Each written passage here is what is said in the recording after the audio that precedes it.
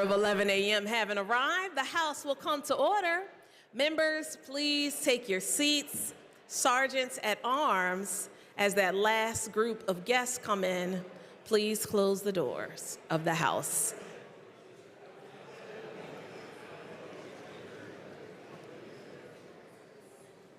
Prayer today will be offered by our colleague, Representative Jones. Members and guests, please rise as able.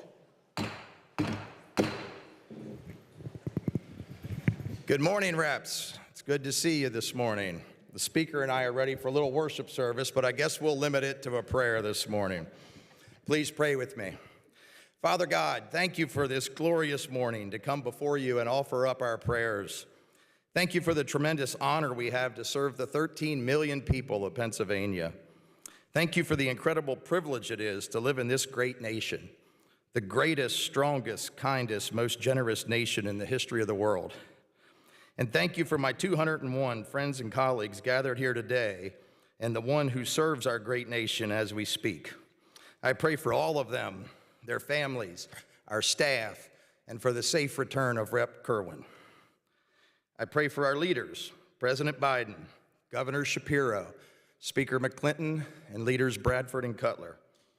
And we offer up a special prayer today as we near the end of session for those members who will not return to this chamber next year, be it retirement, a return to the private sector, or other endeavors. We pray your blessing and protection upon them, and we thank you for the opportunity it has been to serve with them.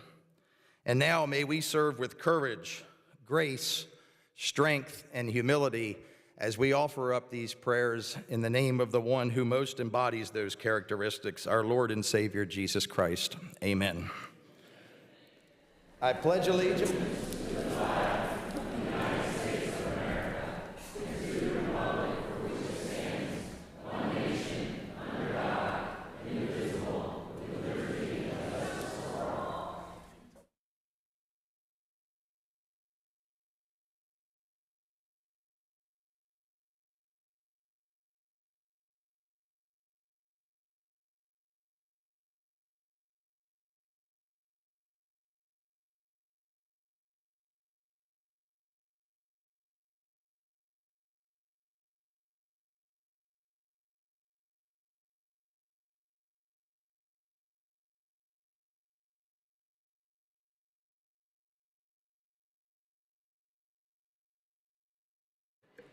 Sergeant at arms, please open the doors of the House. Without objection, the approval of the journal from Monday, October 21st, 2024 will be postponed until printed.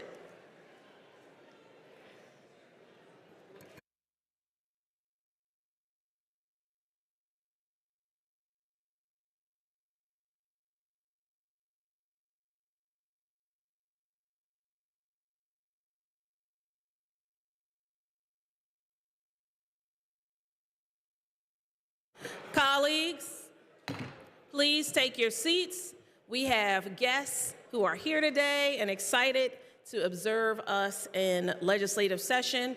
And as is our custom for the first part of the day, we will acknowledge them. Please take your seats. Colleagues, please take your seats.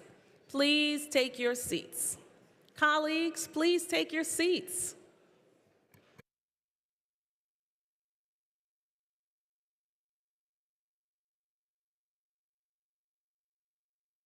Please take your seats.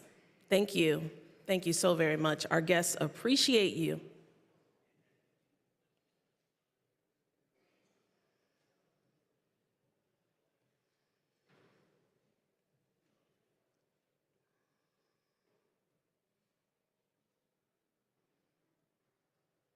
Seated to the left of the Speaker's rostrum, we have some very special guests from Bucks County this morning. Our colleague, Representative Brennan, brings Lou White, Ron Strauss, and Noni West to the Capitol today. They're here to honor the memory of the late Libby White, who passed away just 2 years ago in 2022 at the amazing age of 87 years old. Libby White was the first woman to hold office as the mayor in Doylestown, and she was the first Democratic mayor since the Civil War. Lou was married to Libby for almost 60 years, and he has been an educator, serving on many boards, a community activist, and Ron Strauss, who's here, was the mayor of Doylestown from 2014 to 2021. He continues to participate in the community, and Noni West, who's here, is the current mayor of Doylestown. With these guests of Representative Brennan, please stand. We join with you in remembering Libby today. Thank you all for being here. Thank you for your service.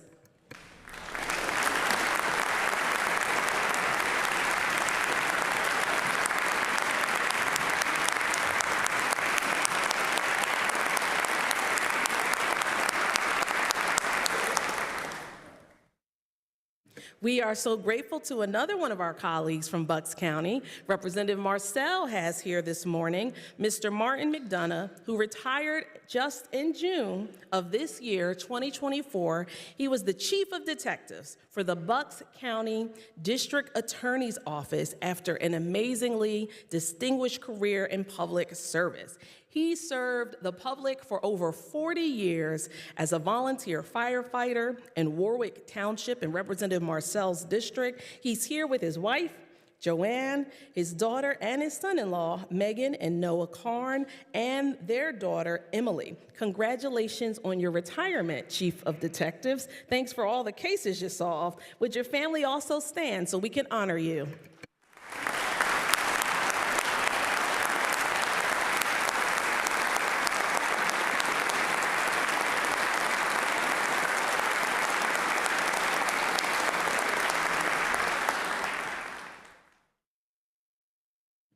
A good friend and mentor of the chairs is here today. She is seated to the left of the speaker's rostrum, and she's regrettably not my guest, but the gentlelady from Delaware County, Representative Gina Curry, brings Dr. Ellen Waller to the floor of the House today.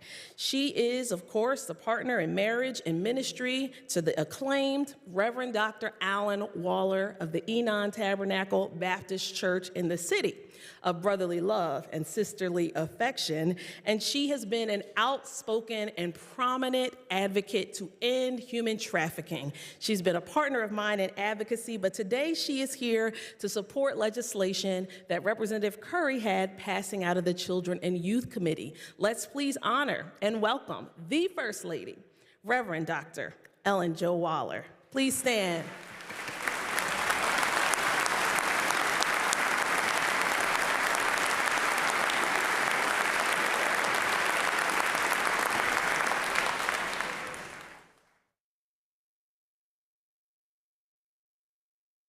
We are so excited to have so many colleagues that have collaborated to bring a distinguished group to us that are seated in the rear of the House. Our colleagues, Representatives Labs, Malagiri, Monroe, Rinkiewicz, Pashinsky, Ham, Otten, Madsen, Marcel, Prokopiak, Hanbidge, Shurin, and Serrato have their constituents here for a joint celebration of the Festival of Diwali, which is often referred to as the Festival of Lights. We are so grateful to have this group. Please stand and welcome.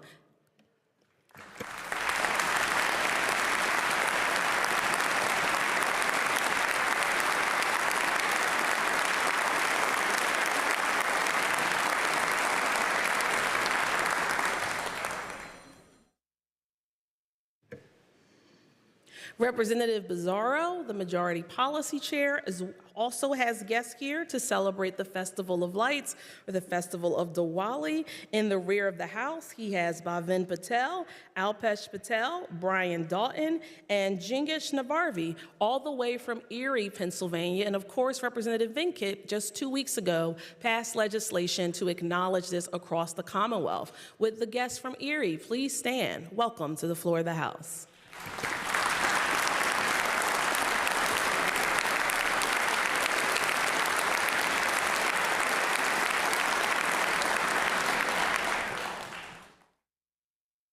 Our chair of the Pennsylvania Legislative Black Caucus, Representative Nelson, who serves Montgomery County, has some very important ladies on the floor of the House. They are in the rear of the House, and we are so excited to welcome the National Council of Negro Women Pennsylvania State Chapter for their Advocacy Day here at the Capitol.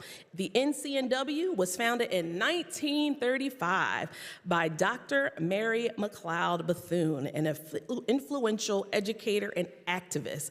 Their goals are to enlighten, inspire, and connect, and they've connected more than 2 million advocates across the nation as they empower women of African descent, their families, and our communities. NCNW Pennsylvania chapter in the rear of the House, please stand so we can welcome you.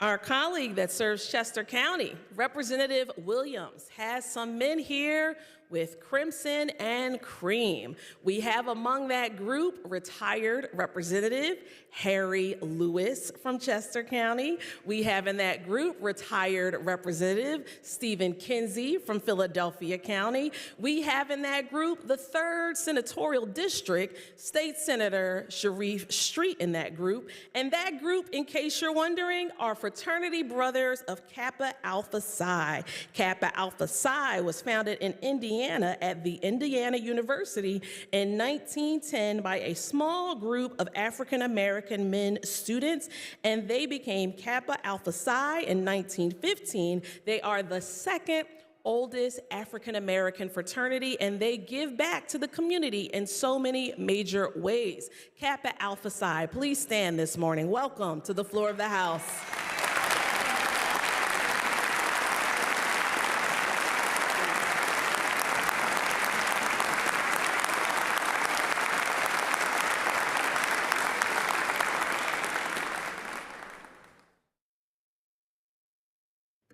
Our colleague that serves York, Representative Grove, has some special guests seated to the left of the speaker's rostrum.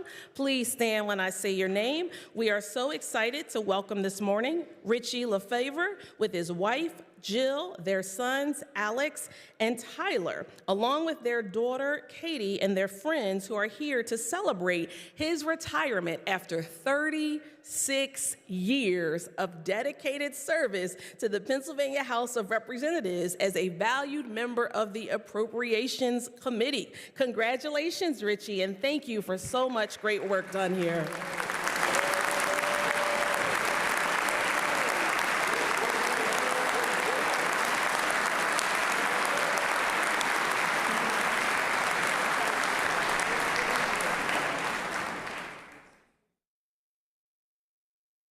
In the back of the House, our colleague that serves Allegheny County, Representative Salisbury, has some incredible students here from the Western Pennsylvania School for the Deaf.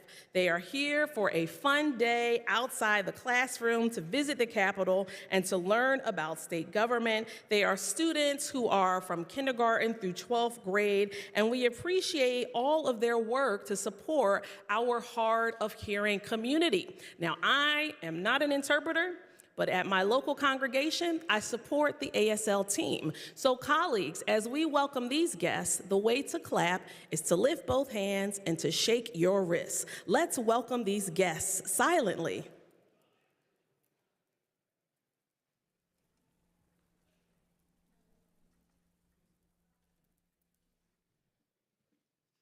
Thank you. In the gallery, we have an exciting group here this morning. The chair was waiting for them to all fill the seats.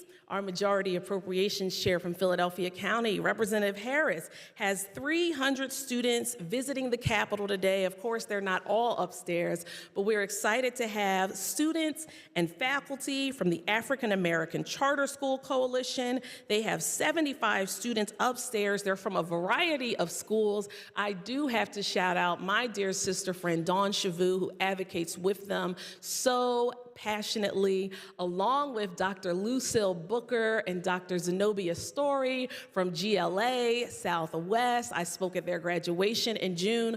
All of these students from the Charter School Coalition stand. Welcome to the floor of the House. We're glad to have you.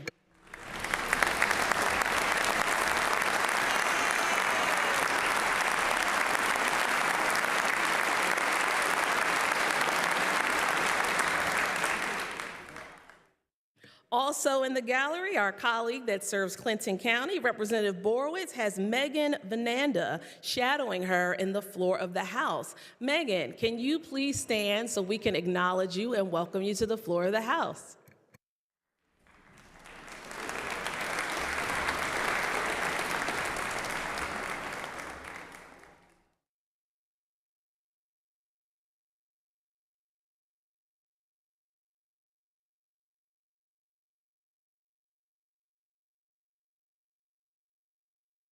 Are there requests for leaves of absence? Chair recognizes the Majority Whip, who indicates there are none. Chair recognizes the Minority Whip, who indicates there are none. The chair is about to take the master roll call. Members will proceed to vote.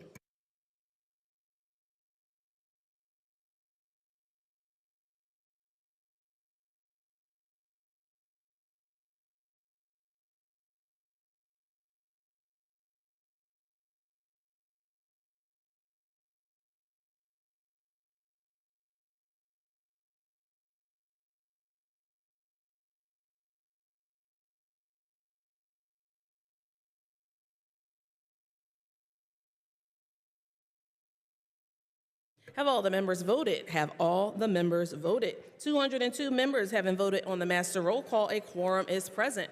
For what purpose does the gentleman from York rise? Representative Grove. Thank you, Madam Speaker. Under unanimous consent to recognize retirement. The gentleman is in order and may proceed. Thank you, Madam Speaker. For 26 years, the unmistakable voice of Richie Lefevre has filled the halls of the state capitol and the House Republican Appropriations Office. Whether discussing baseball's nuances or the tax code, Richie brought the same intensity and attention to detail in every conversation. Coach Richie, as he is affectionately called by the hundreds of kids and now young adults he has coached in soccer and baseball in New Cumberland, as well as some of his colleagues, will be retiring in December with more than 35 years of service to this Commonwealth. Richie served under 7 chairmen, starting with John Barley, Dave Argel, Brett Feast, Mario Severa, Bill Adolph, Stan Saylor, and finally me. I guess I finally broke him. Before his service with the House, Richie worked in the Department of Revenue after graduating from Ursinus College with a degree in applied math and economics. He also played shortstop as a grizzly bear, a fact he is proud to share that had nothing to do with his height.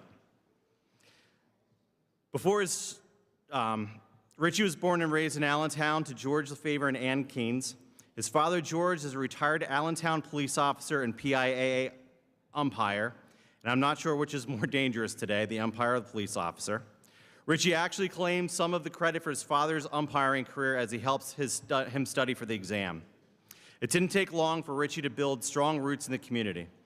He and his wife, Jill, raised 3 children: Alex, who is here with his wife, Alexandra; Tyler, who is here with his girlfriend, Sammy, and his daughter, Katie. I believe they are in the back. Richie is also a proud dog dad to Cooper and Sky. We're no doubt looking forward to him having him at home more. We're not so sure about his wife, Jill, though, yet to be determined. Richie is a unique personality. He has a great sense of humor and can make any room laugh. But when it's time to work, Richie is serious and task-oriented. He works through problems with spreadsheets and will never hesitate to offer his true thoughts. He's made many friends along the way, from members to fellow staff and beyond. We'll miss his insights on the budget and fantasy football, but most of all, we'll miss his wit and knowledge. Please, everyone, join me in wishing Richie a well-deserved and enjoyable retirement.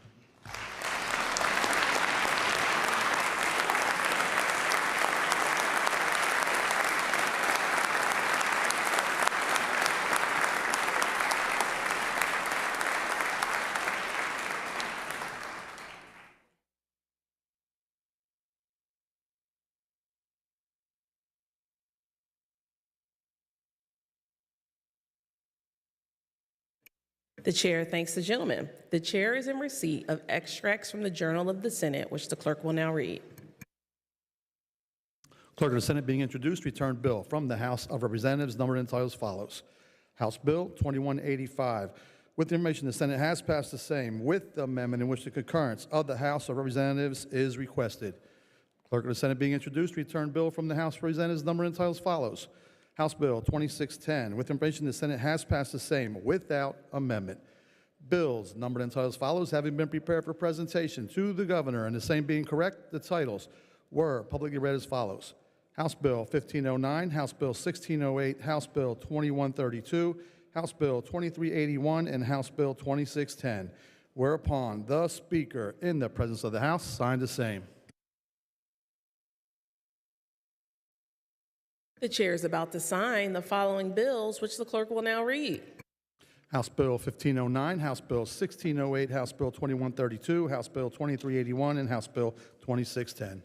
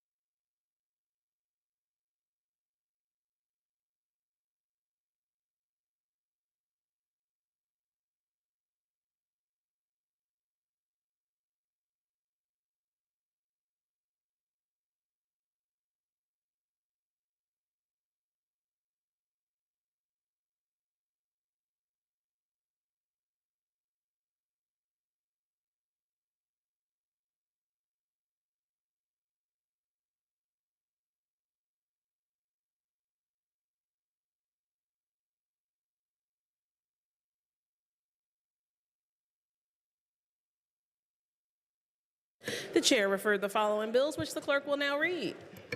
Referrals, October 22nd, 2024. House Bill 2640, House Bill 2641, both to Education. House Bill 2642, House Bill 2643, both to Human Services. And House Bill 2644, to State Government.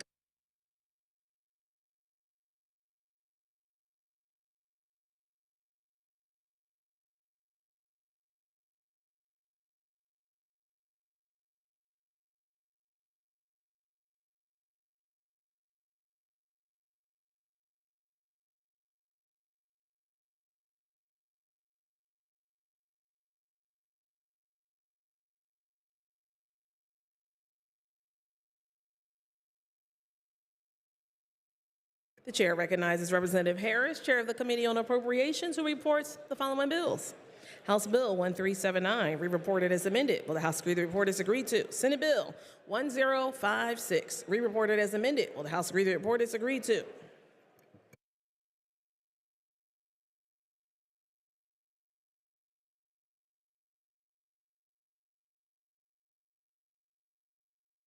The Majority Leader moves that the following bills be removed from the table calendar and be placed on the active calendar.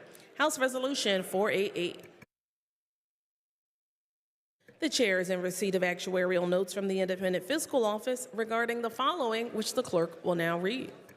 House Bill 1379, printers number 1539, as amended by Amendment A-05697. House Bill 1379, printers number 1539, as amended by Amendment A-05700. Colleagues, we do have another group that has arrived, and we have been waiting patiently for all of our guests to be acknowledged this morning. Our colleague, Representative Fritz from Wayne, has the Susquehanna County constituents visiting today for the Capitol tours. We are so excited to have Representative Fritz guests here. Could you please stand? Among that group is the New Milford Borough member, Donna Cosmello. Welcome. We're so grateful to have you here.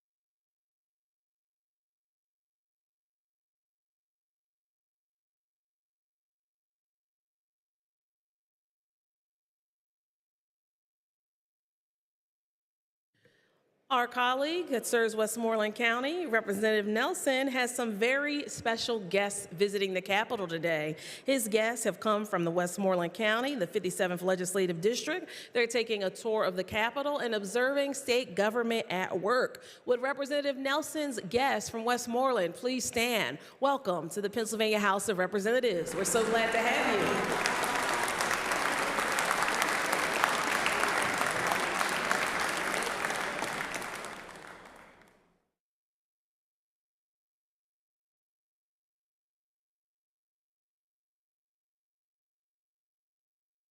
The House will be at ease as we await the arrival of more guests in the gallery, and the current guests continue on with their itinerary for the day.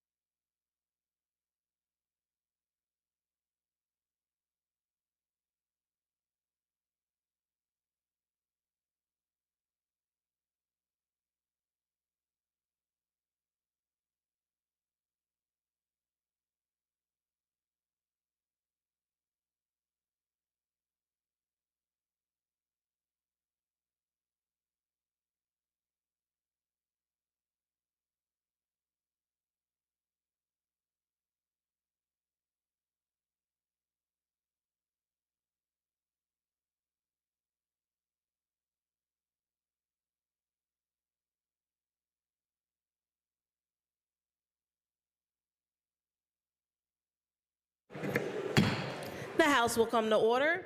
Colleagues, if you could just take your seats, we have some more guests that have arrived in the hall of the House.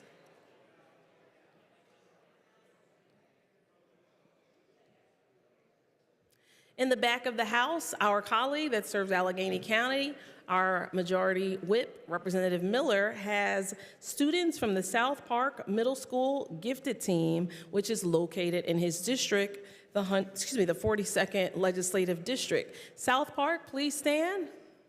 Welcome to the floor of the House. So glad to have you.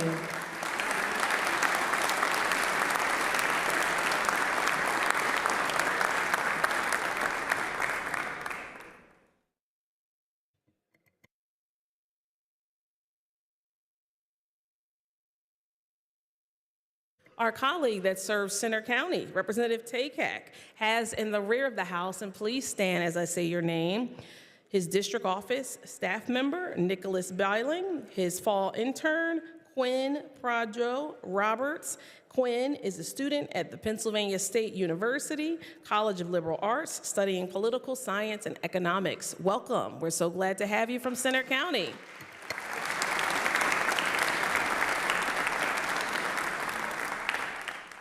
Our colleague that serves Philadelphia County, Representative Isaacson, has a special guest in the rear of the House. Please stand. We are thrilled to welcome Colleen McAllister, who is shadowing Representative Isaacson for the day. Colleen, we're glad to have you.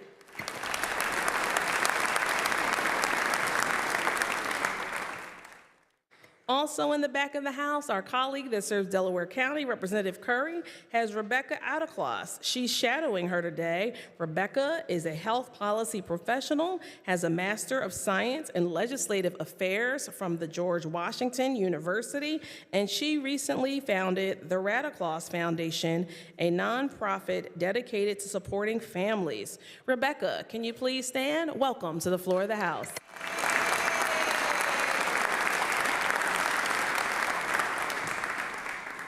Our colleague that serves Chester County, Representative Lawrence, has some special guests in the back of the House. We're so excited to have Gail Rayburn from Cochranville, who was recently chosen as the National Junior Grange Ambassador at the 157th National Grange Convention in Niagara Falls.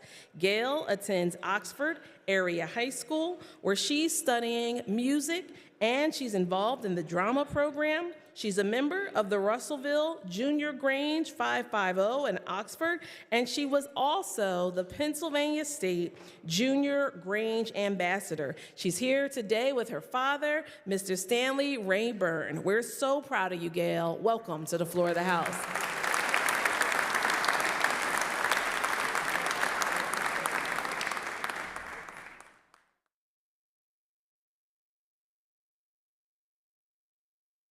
The chair recognizes Representative McNeil, chair of the Committee on Children and Youth, and reports the following bills. House Bill 1600, reported as amended. Will the House agree the bill? It's agreed to. House Bill 2461, reported as committed. Will the House agree to the bill? It's agreed to. The chair recognizes Representative McNeil, chair of the Committee on Children and Youth, who reports the following resolution. H.R. 563, reported as committed. Will the House agree the report? It's agreed to. Our colleague that serves Bucks County, Representative Tomlinson, has a group in the gallery. We are thrilled to welcome the Holy Ghost Preparatory School baseball team from Bensalem, Pennsylvania. Would the baseball team please stand? Oh, they're in the rear of the House. We're so happy to have you. Congratulations on being the 2024 PIAA Class 4A baseball champions. Congratulations, Holy Ghost Prep.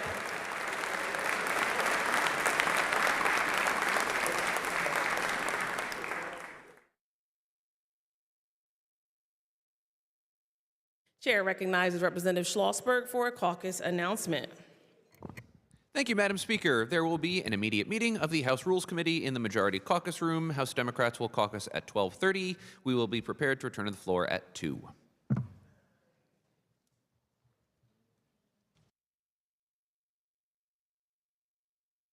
Chair thanks the gentleman. Chair recognizes the gentleman, Representative Dunbar, for a caucus announcement. Thank you, Madam Speaker. Republicans will also caucus at 12:30. Republicans will caucus at 12:30. Thank you, Madam Speaker. Chair thanks the gentleman. Chair recognizes the gentleman from Lackawanna County, Representative Mullins, for a committee announcement. Thank you, Madam Speaker. The House Appropriations Committee will meet in the Majority Caucus Room immediately following the Rules Committee meeting. That is, the Appropriations Committee will be meeting immediately following the Rules Committee in the Majority Caucus Room. Thank you, Madam Speaker. Chair thanks the gentleman. The House will stand in recess until 2:00 p.m. unless sooner recalled by the Speaker.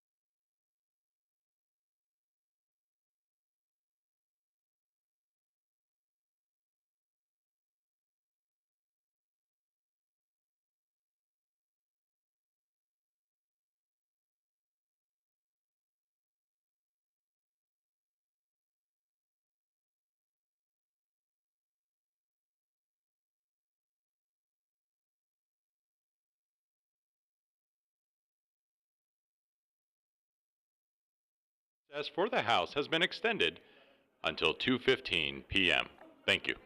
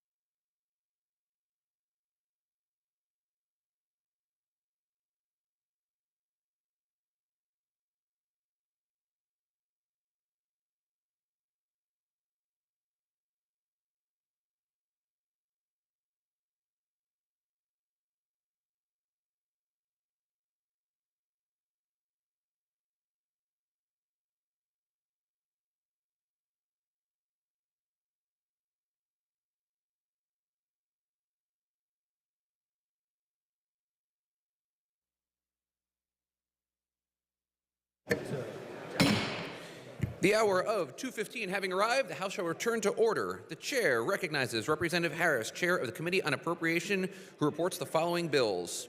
House Bill 1891, re-reported as committed. Will the House agree to the report? Agreed to. House Bill 2094, re-reported as committed. Will the House agree to the report? Agreed to. House Bill 2625, re-reported as committed. Will the House agree to the report? Agreed to. Senate Bill 1160, re-reported as committed. Will the House agree to the report? Agreed to. Senate Bill 1237, re-reported as committed. Will the House agree to the report? Agreed to. And Senate Bill 1319, re-reported as committed. Will the House agree to the report? Agreed to. The chair recognizes Representative Bradford, Chair of the Committee on Rules, who reports the following bills. House Bill 2185, re-reported as committed. Will the House agree to the report? Agreed to.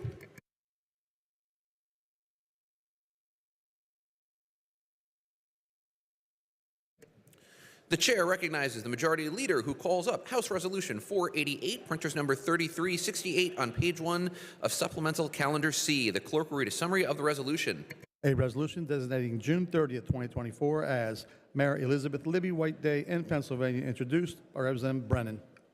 On the resolution, the chair recognizes the gentleman from Bucks County, Representative Brennan.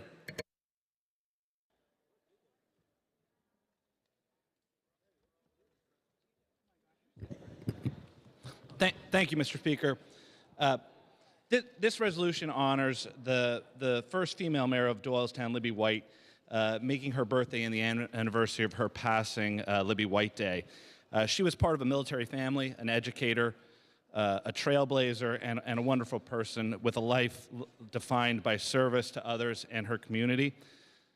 It's said that you can preach a better sermon with your life than your lips. Her life was full of successes, full of contributions to her community, and I do ask for a yes vote. Thank you. Chair thanks the gentleman. Those in favor of the resolution will vote aye. Those opposed, no. Members will proceed to vote.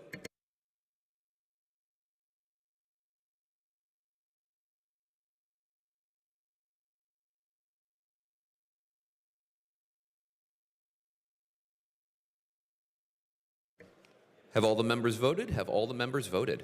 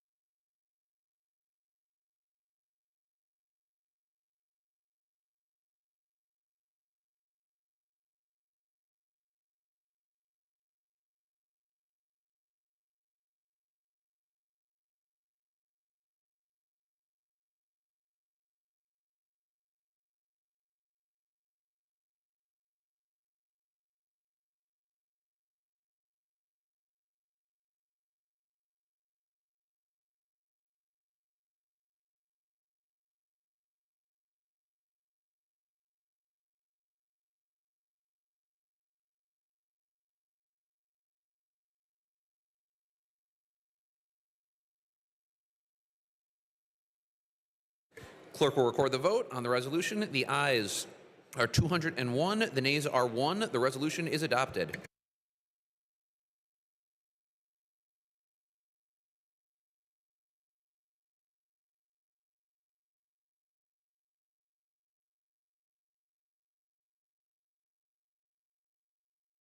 Members, if we could take our seats. The chair has additional guests we'd like to welcome.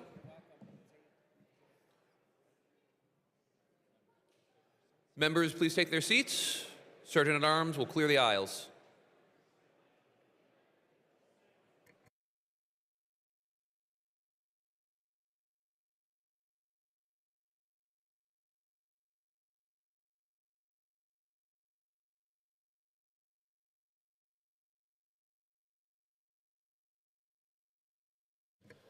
Members, please take your seats. Please take your conversations off the floor of the House so that we can introduce our guests and return to today's business.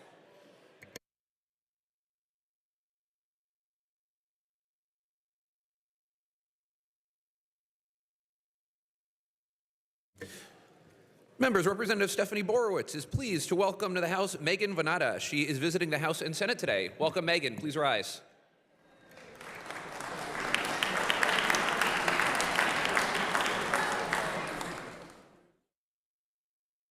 The chair recognizes the majority leader who calls up House Resolution 512, printers number 3696, on page 10 of today's House calendar. The clerk will read a summary of the resolution. A resolution designating the week of October 13th through October 19th, 2024 as Credit Union Week in Pennsylvania, introduced by Representative Rob Matzey. Will the House agree to the resolution? Those in favor of the resolution will vote aye. Those opposed, no. Members will proceed to vote.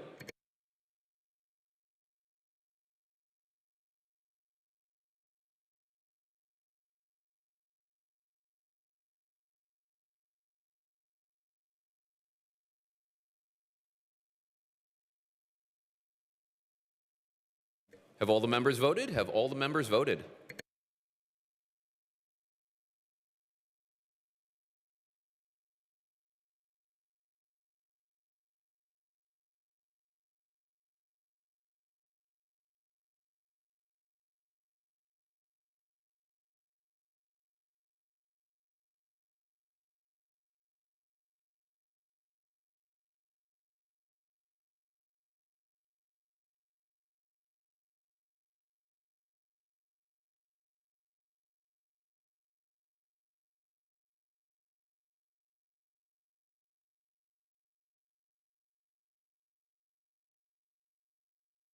Clerk will record the vote on the resolution. The ayes are 201, the nays are 1. The resolution is adopted. The chair recognizes the majority leader who calls up House Resolution 553, printers number 3714, on page 12 of today's House calendar. The clerk will read a summary of the resolution. A resolution recognizing October 22nd, 2024 as Kappa Alpha Psi Day in Pennsylvania, introduced by Representative Dan Williams. On the resolution, the chair recognizes the gentleman from Chester County, Representative Williams. Mr. Speaker, thank you for this opportunity to speak on this resolution. A number of people are not aware that many of the Black Greek letter fraternities and sororities, often called the Divine Nine, emerged during a period that is characterized as a low point in American race relations. These associations were established on the principles of community service, academic excellence, and civic action.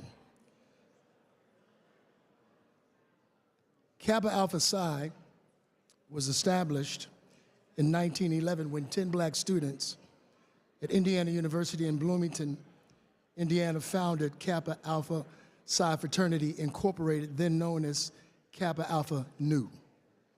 As a member of one of the oldest black fraternities, Alpha Phi Alpha, these fraternities are in fact a rich part of black history that dedicate themselves to assisting marginalized communities. Kappa Alpha Psi continues to do just that. Fraternities like Kappa Alpha Psi and my own fraternity aid men in developing into leaders that serve their communities, and members of Kappa Alpha Psi shape our youth through the Kappa Alpha Psi Foundation, which continues to assist youth in marginalized spaces. And so to recognize Kappa Alpha Psi fraternity and its work, its 22 collegiate and 8 alumni chapters in Pennsylvania, its international headquarters based in Philadelphia, and the 133rd anniversary of the second oldest black Greek letter fraternity, I'd simply like to urge our members to support this resolution so that we can honor this portion of black history. Thank you, Mr. Speaker. The chair thanks the gentleman. Those in favor of the resolution will vote aye. Those opposed, no. Members will proceed to vote.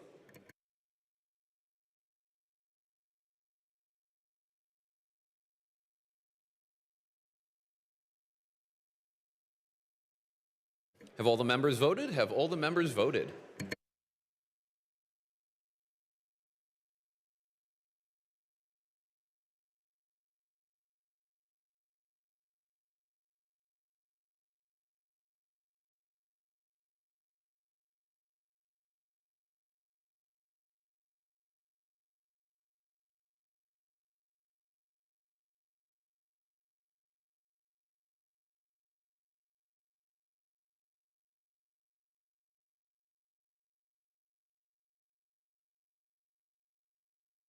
Clerk will record the vote.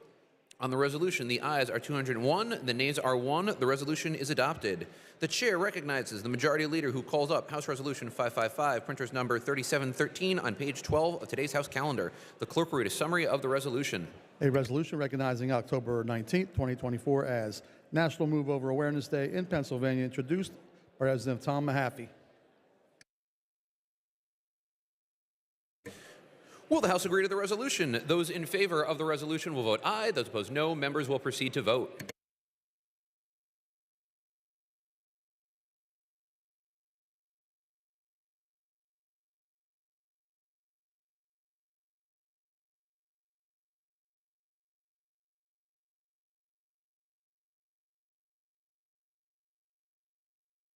Have all the members voted? Have all the members voted?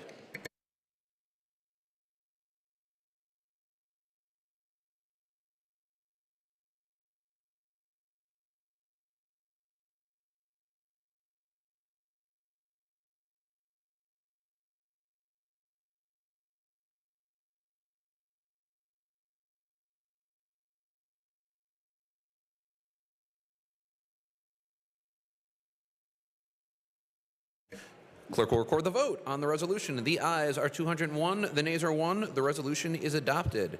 The chair recognizes the majority leader who calls up House Resolution 557, printers number 3715 on page 12 of today's House calendar. The clerk will read a summary of the resolution.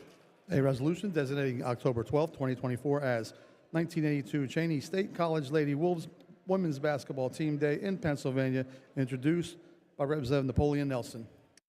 Will the House agree to the resolution? Those in favor of the resolution will vote aye. Those opposed, no. Members will proceed to vote.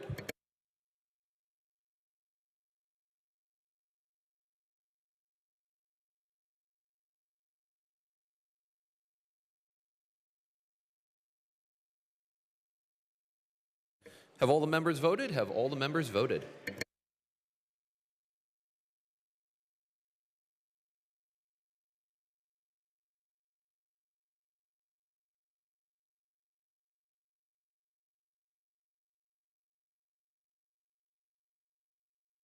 Clerk will record the vote. On the resolution, the ayes are 201, the nays are 1. The resolution is adopted.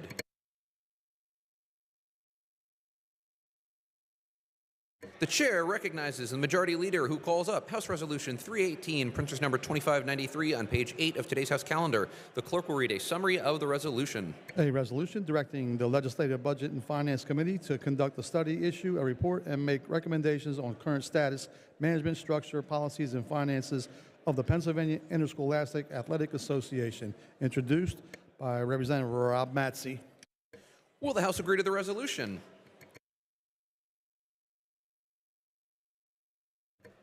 Representative Cutler offers A05858. Will the House agree to the amendment? On the question, the chair recognizes the gentleman from Lancaster and the Republican leader, Representative Cutler.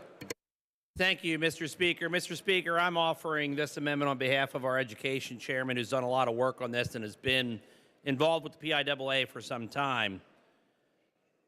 Mr. Speaker, I think that it's important, and this amendment would allow both chambers to weigh in and review and approve this measure before sending it to the LBFC to study this issue. We have previously done that back in 2000, and at that time, it cost the PIAA almost $500,000 to comply with. That would be nearly $1 million today due to inflation. Much of this work in this resolution is duplicative, and this would at least ensure that both chambers are in agreement that it should be repeated. And, Mr. Speaker, more importantly, I think, given the late nature here in the session and the time frame provided in the resolution itself, it would be at best rushed and likely incomplete regarding the proposed deadline. So I urge support of the amendment to make it a joint resolution so that the Senate can also have a say and that we can get on about our important work. Thank you, Mr. Speaker. Chair thanks the gentleman. On the amendment, the chair recognizes the gentleman from Beaver County and the sponsor of the resolution, Representative Matsey. Thank you, Chair. Each chamber has the ability to do their own resolution. A concurrent resolution kills this study. It's a study we've been talking about throughout the course of this session. This is not an agreed-to amendment. I ask for a no vote. Thank you, Mr. Speaker. Chair thanks the gentleman. Those in favor of the amendment will vote aye. Those opposed, no. Members will proceed to vote.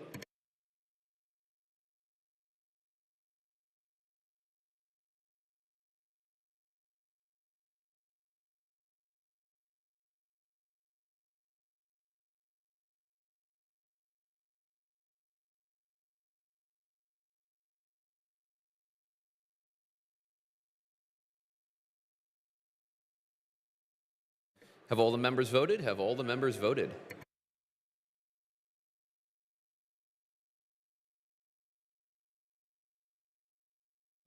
Clerk will record the vote on the amendment. The ayes are 100, the nays are 102. The amendment fails.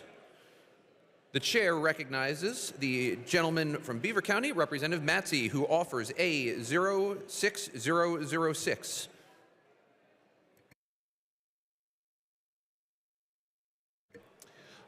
On that question, the chair recognizes the sponsor of the amendment, Representative Matsey. Thank you, Mr. Chairman. We thank the Republican leader for his amendment, and some of the things he discussed are things we will address in this amendment, including a cap on what it would cost relative to doing this study. And I support this amendment and ask for your support, A06006. It's an amendment that incorporates several asks by the PIAA and stakeholders, including protecting privileged information, narrowing the scope of the length of the study, allowing the PIAA to utilize existing third-party compiled data, and capping the potential cost on the PIAA. I ask for a yes vote. Thank you, Mr. Speaker. Chair thanks the gentleman.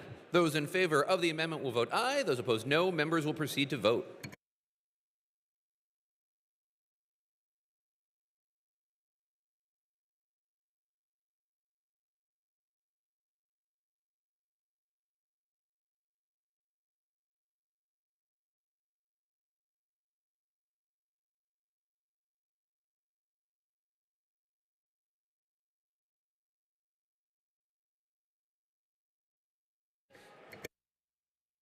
Have all the members voted? Have all the members voted?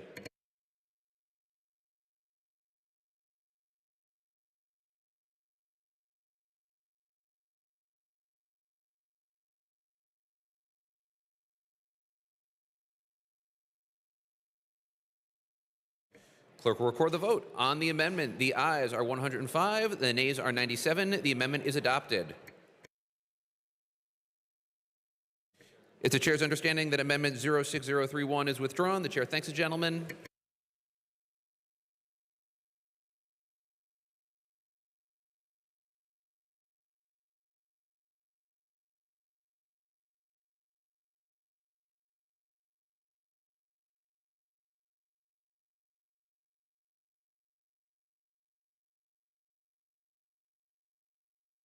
The question recurs, will the House agree to the resolution as amended, printers number 3788? On the resolution, the chair recognizes the gentleman from Beaver County, Representative Matsey.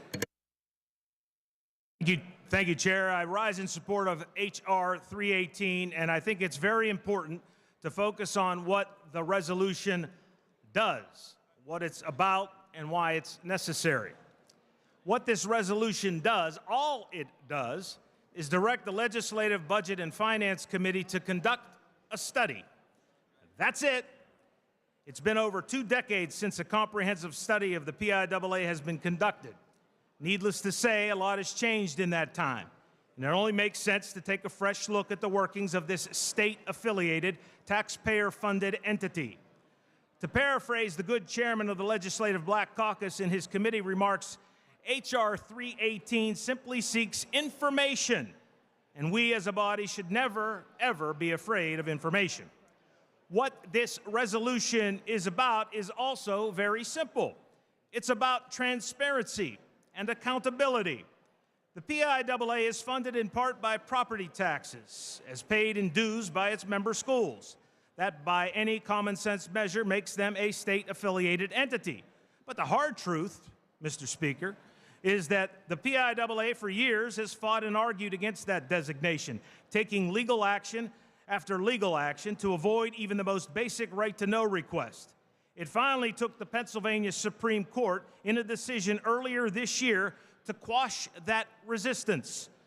They are, without question, required to be transparent and accountable to not only the members of the General Assembly and those we represent, but to the schools, parents, and student athletes of whom they govern.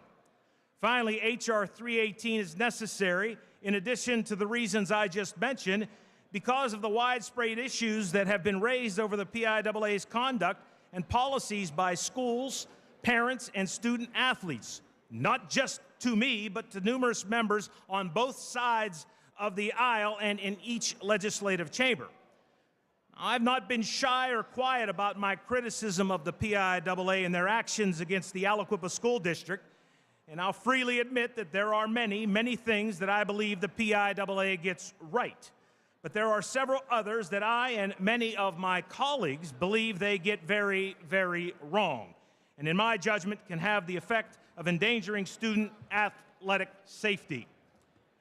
When I first broached this subject of addressing my concerns and introducing legislation, members from both sides of the aisle reached out to me in support, giving me examples of issues and concerns that they had. So then I decided, rather than proceeding with that legislation, we would just simply do a study first.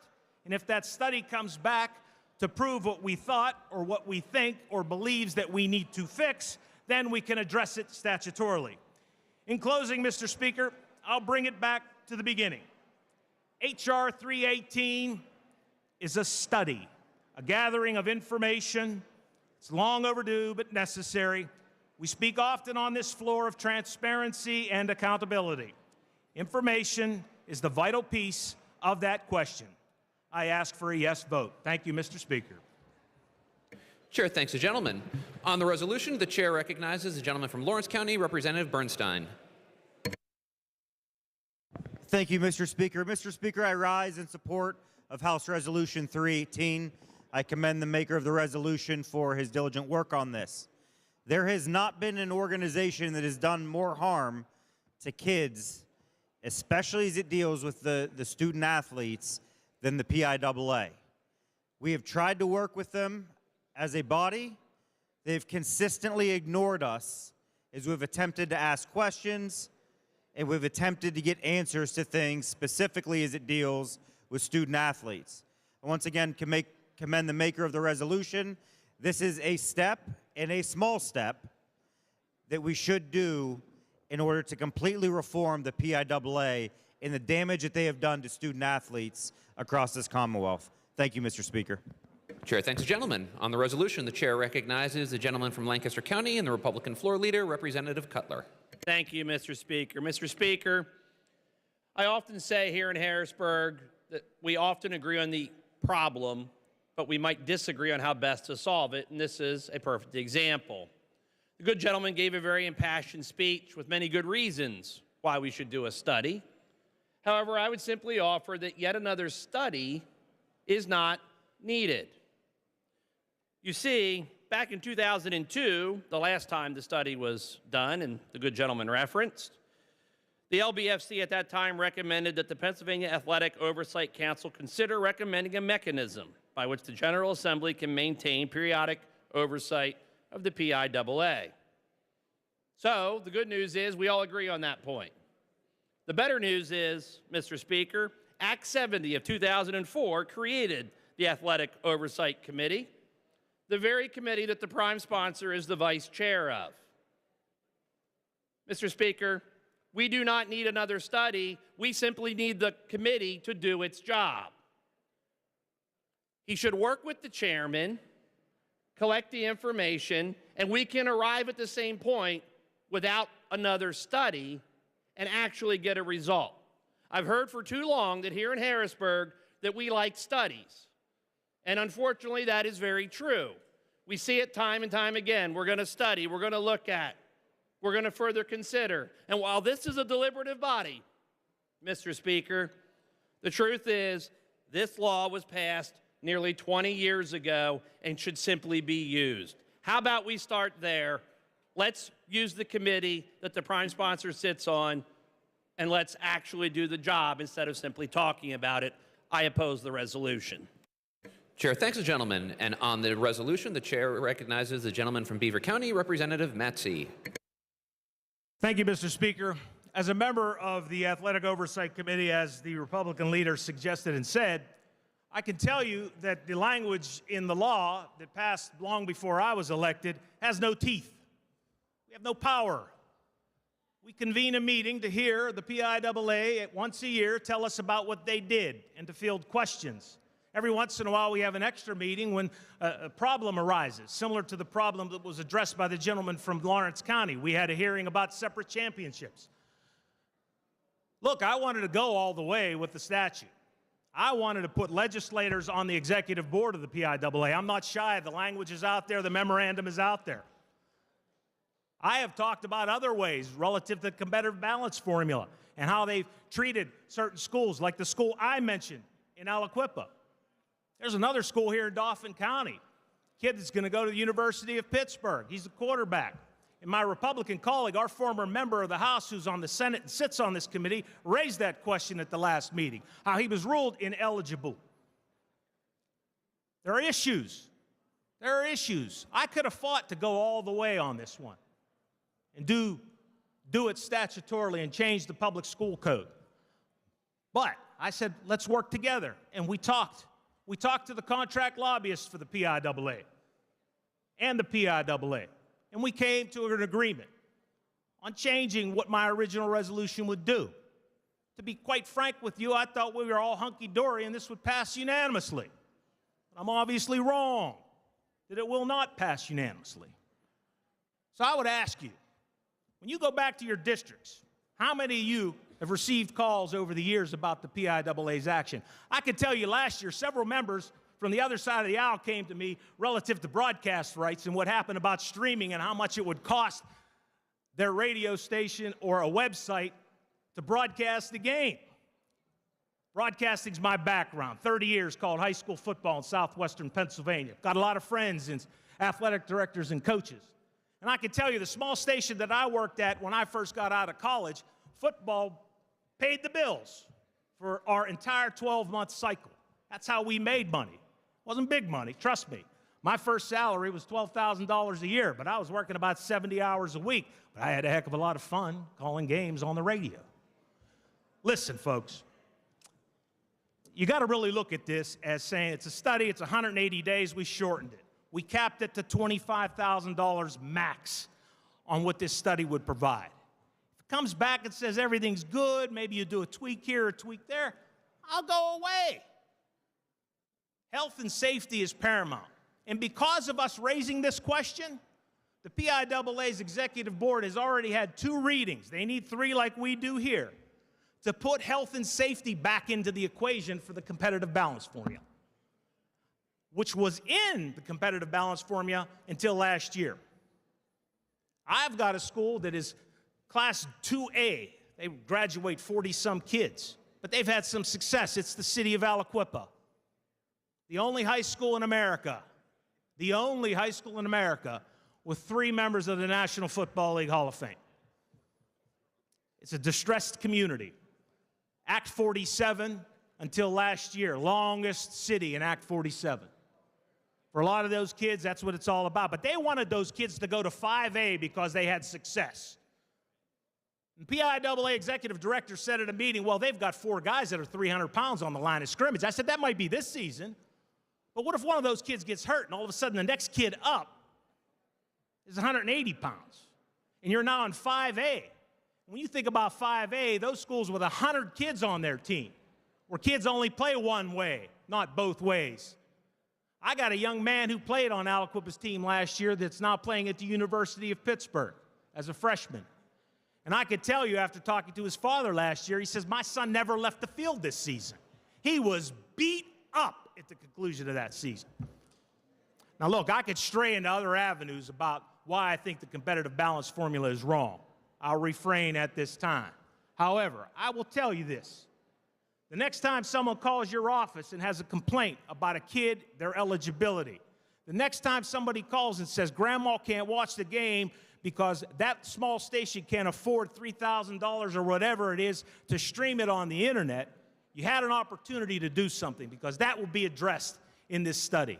The other thing that came up, and we told the PIAA last meeting we had, and we're going to give them an opportunity to try and address this. It's an issue that my good friend from down in Gettysburg brought up about allowing for and having the opportunity to pay cash at the gate, not have to have a smartphone to buy a ticket. We're giving them that opportunity. They only control the state playoffs. They don't control each individual district. They're going to try and come up with a plan that will be utilized in all the districts around the Commonwealth. So I commend him for raising that question. There are others that have raised that question as well. So look, again, you have that opportunity. You have that opportunity to step up and have that discussion here today. And I got to tell you, folks, when I go back home, because this is going to pass, I have a good feeling about that. When I go back home tomorrow, I'll go back home driving 231 miles on the turnpike to Beaver County, knowing that I had an opportunity with my pulpit as a legislator, as the representative voice of 64,000 people in Beaver County, that I did the right thing. Vote yes on H.R. 318. The chair thanks the gentleman. On the resolution, the chair recognizes the gentleman from Lancaster County, Representative Cutler. Thanks, Mr. Speaker. And I appreciate the gentleman's passion on the issue. I'd simply offer this. An LBFC study simply delays any solutions. The good gentleman outlined a litany of problems. In fact, I agree with him on many. Broadcasting is a problem. PIAA having a contract lobbyist that's funded by property tax dollars, my opinion, also raises some concerns. Cash at the gate, very important in my home school district. But Mr. Speaker, quite simply, rather than another study, the law should have been amended. It could have been addressed at budget time. It could have been addressed in the education code. I think that's a better path, and I wish the effort had been put into that. So I'll be voting against the study and await the conversations to actually improve the law. Chair thanks the gentleman. On the resolution, the chair recognizes the gentleman from Montgomery County and the Democratic leader, Representative Bradford. Thank you. I don't think there's anything I could say that is more eloquent than what the good gentleman from Beaver said. After literally decades of diddling and this body doing nothing, it is ironic that we're now saying we should do today what was not done for the last 22 years. The gentleman from Beaver showing leadership for the good people of Aliquippa. Let's vote yes on this resolution and hold people accountable. Chair thanks the gentleman, and the question recurs. Will the House agree to the resolution as amended? Those in favor of the resolution will vote aye. Those opposed, no. Members will proceed to vote.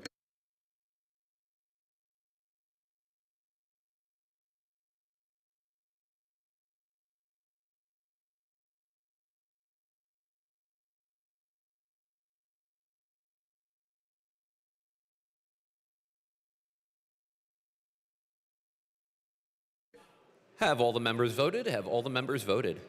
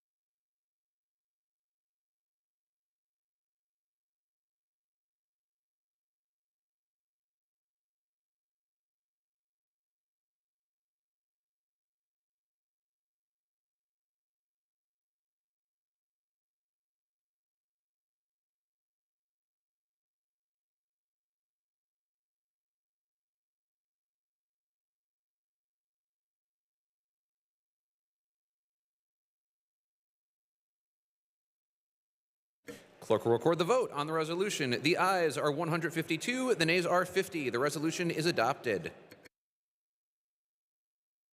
The chair recognizes the majority leader who calls up House Resolution 566, printer's number 3766 on page 12 of today's House calendar. The clerk will read a summary of the resolution. A resolution designating August 4th, 2024 as BAPS Day in Pennsylvania, introduced by Representative Monroe. Will the House agree to the resolution? Representative Monroe offers A06049. Will the House agree to the amendment? On that question, the chair recognizes the gentleman from Bucks County, Representative Monroe. Thank you, Mr. Speaker. This amendment just makes one minor change to the original resolution, marking it year 2025 instead of 2024.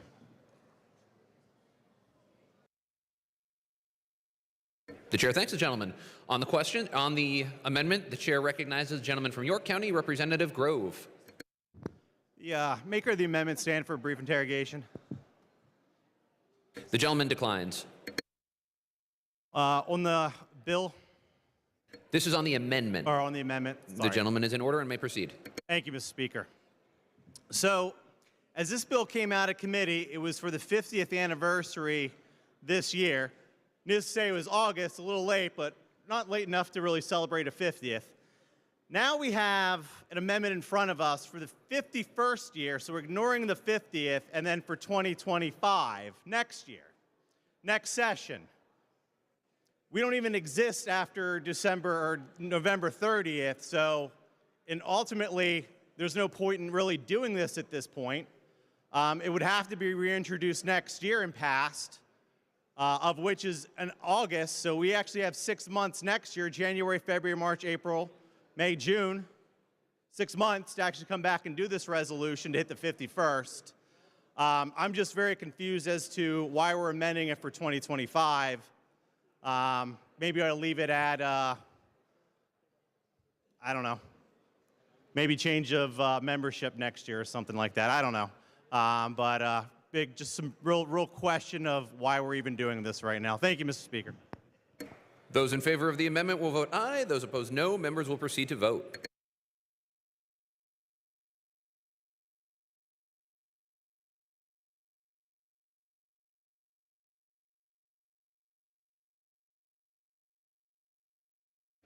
Have all the members voted? Have all the members voted?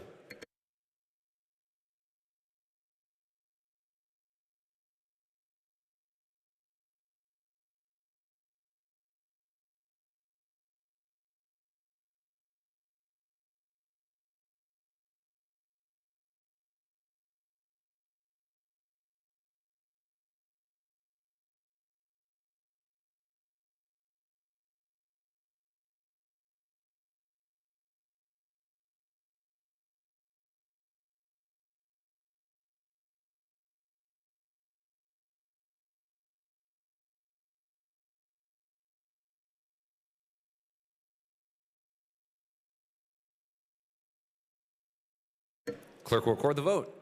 On the amendment, the ayes are 114, the nays are 88. The amendment is adopted. The question recurs, will the House agree to the resolution as amended? Printer's number 3789. On the amendment, the chair recognizes the gentleman from Bucks County, Representative Monroe. Thank you, Mr. Speaker. House Resolution 566 recognizes over 50 years of BAPS in North America and designates August 4th, 2025 as BAPS Day. It's been an honor for me to get to know these very active members of our community. People like Dipesh Pandya, who has been instrumental in this resolution, getting to know the people of the Warrington Mandir and getting to visit the Akshardham in Robbinsville, New Jersey. I'd like to thank the Pennsylvania Senate for having passed this resolution 49-0. This is an important, very active portion of my constituency who give back to their community every day. They give back to our community every day, and I'm happy to have them recognized. Thank you, Mr. Speaker. Chair thanks the gentleman, and the question recurs. Will the House agree to the resolution? Those in favor of the resolution will vote aye. Those opposed, no. Members will proceed to vote.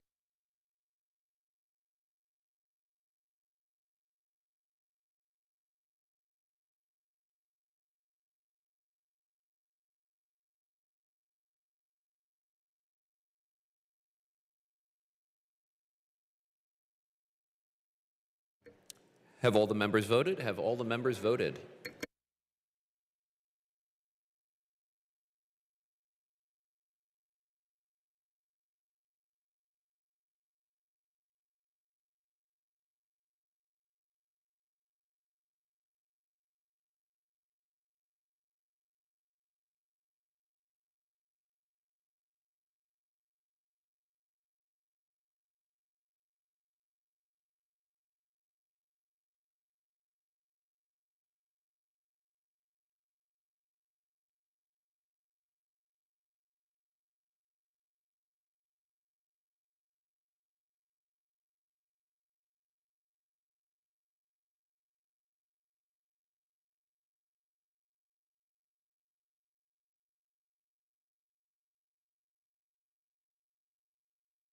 Clerk will record the vote on the resolution. The ayes are 150, the nays are 52. The resolution is adopted.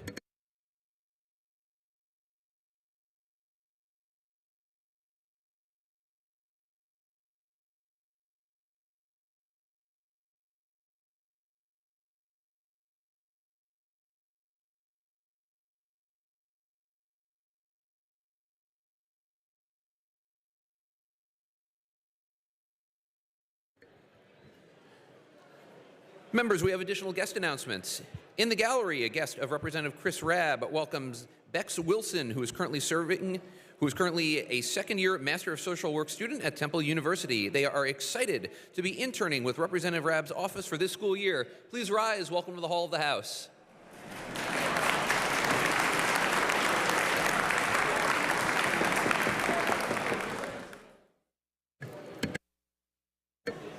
The chair recognizes the majority leader who calls up House Bill 653, printer's number 3425, on page 3 of today's House calendar. The clerk will read a summary of the bill.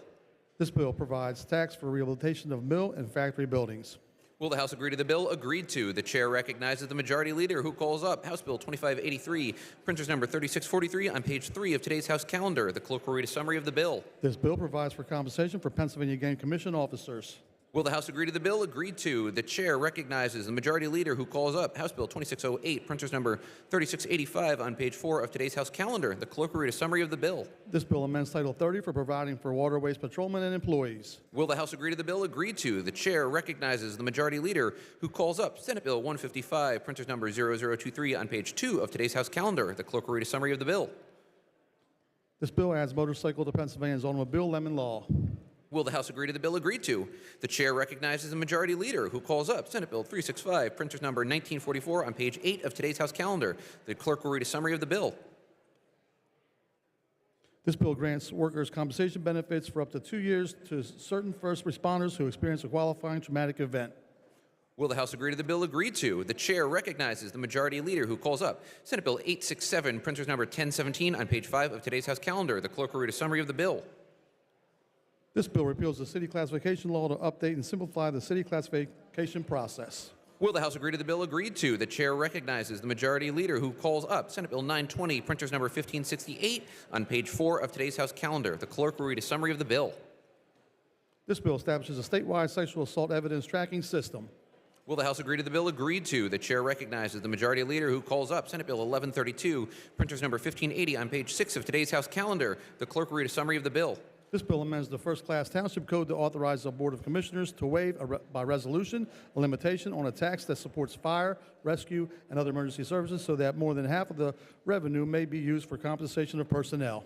Will the House agree to the bill? Agreed to. The chair recognizes the majority leader who calls up Senate Bill 1133, printer's number 1581, on page 6 of today's House calendar. The clerk will read a summary of the bill. This bill amends the second-class township code to authorize the Board of Supervisors to waive by resolution a limitation on a tax that supports fire, rescue, and other emergency services so that more than half of the revenue may be used for compensation of personnel.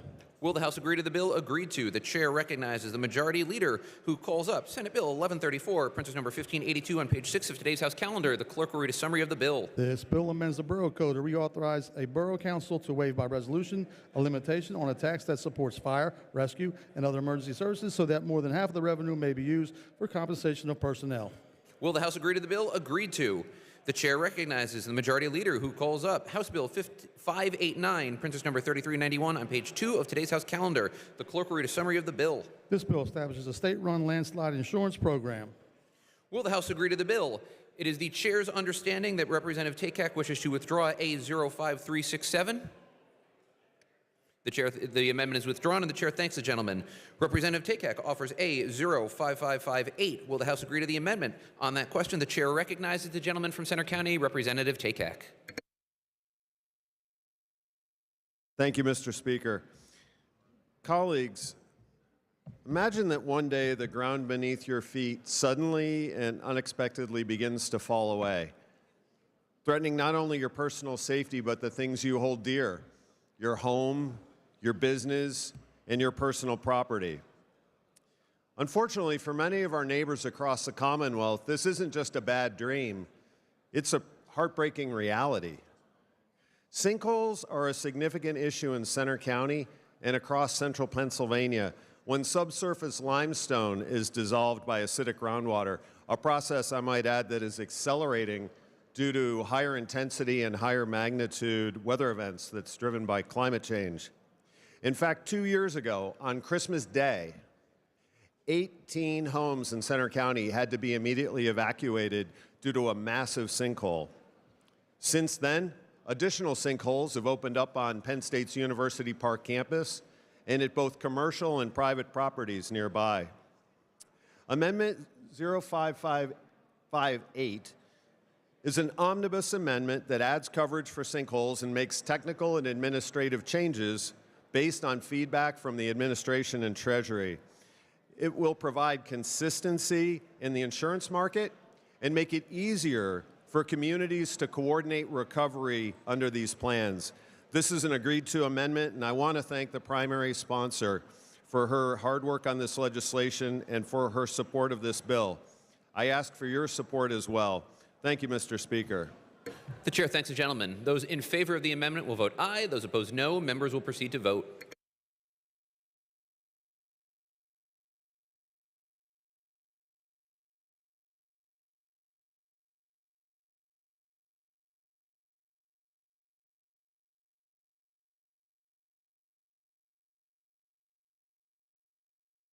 Have all the members voted? Have all the members voted?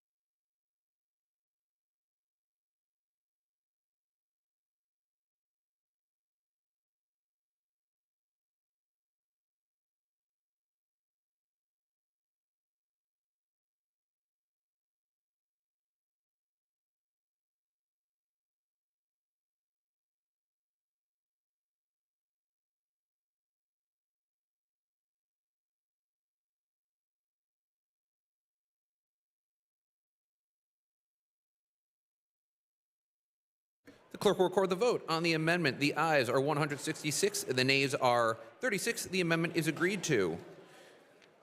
Representative Conklin offers A06014. Will the House agree to the amendment? On the amendment, the chair recognizes the gentleman from Center County, Representative Conklin. I want to thank you, Mr. Speaker. Mr. Speaker, as you well heard, on Christmas Day in my district, that sinkhole happened. On Christmas Day, our friends, our families were displaced. Imagine whether it's a hurricane in North Carolina or a sinkhole in Pennsylvania.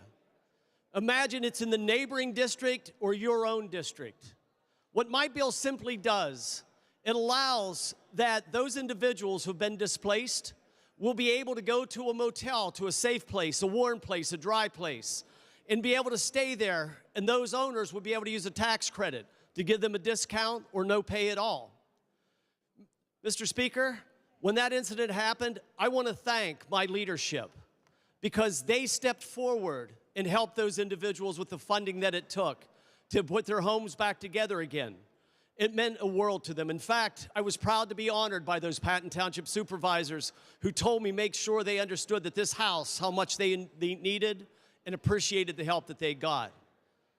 I put this bill in as a bill, and after talking with my leadership and understanding that the wonderful representative, the lady herself, I do not want this bill to be held up by going on and adding an extra subject within it. So with that, I'm going to ask my colleagues when we come back in January that we'll be able to pass this bill quickly, so when a disaster does happen, that we have something for our citizens and our neighbors to fall back on. So I want to thank you, Mr. Speaker. I want to thank our leadership for helping out those people in need, and I'll be pulling that amendment, and I'll be resubmitting the bill again in the new year. Thank you, sir. The chair thanks the gentleman. The amendment is withdrawn. The bill will be over for the day. The chair recognizes the majority leader who calls up House Bill 1578, printer's number 3678 on page 2 of today's House calendar. The clerk will read a summary of the bill. This bill amends Title 66 to implement standards and bonding for the solicitation activities of energy suppliers. Will the House agree to the bill? It is the chair's understanding that Representative Mullins wishes to withdraw A05842.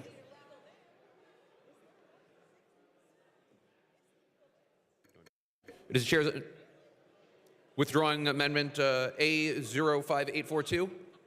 The amendment is withdrawn. The chair thanks the gentleman, and the chair recognizes the gentleman from Lackawanna County, Representative Mullins, for amendment A05973.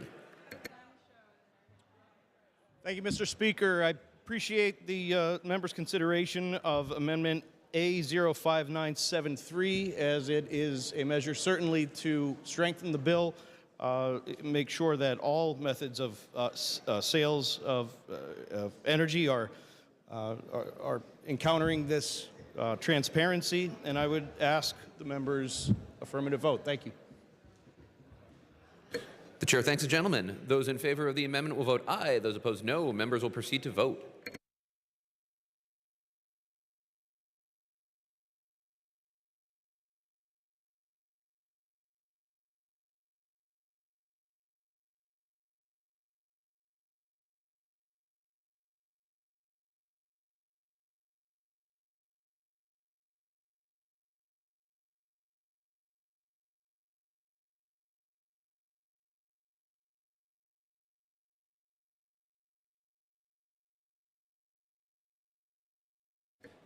Have all the members voted? Have all the members voted?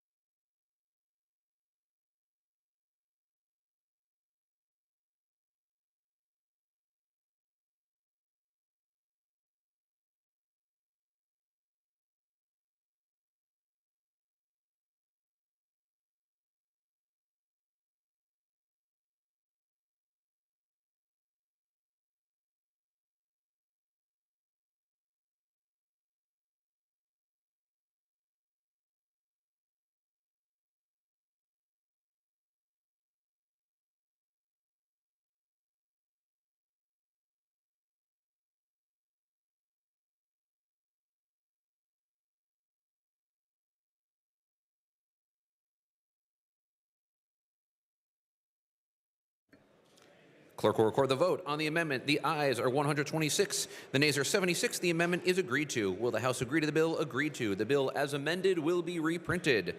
The chair recognizes the majority leader who calls up House Bill 2085, printer's number 2758, on page 3 of today's House calendar. The clerk will read a summary of the bill. This bill excludes the length of service awards for volunteer firefighters from income.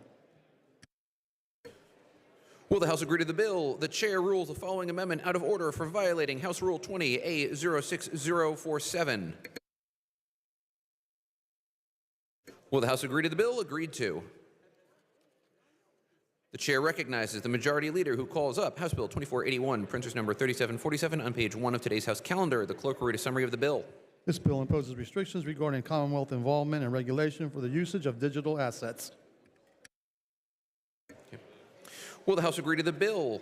Representative Ledbetter offers A05982.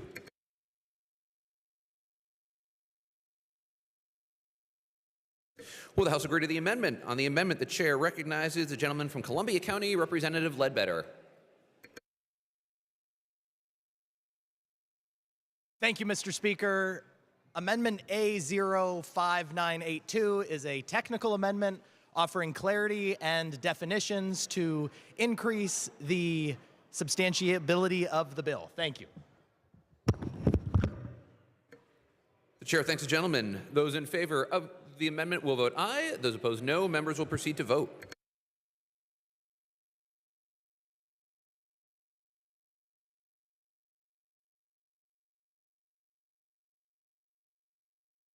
Have all the members voted? Have all the members voted?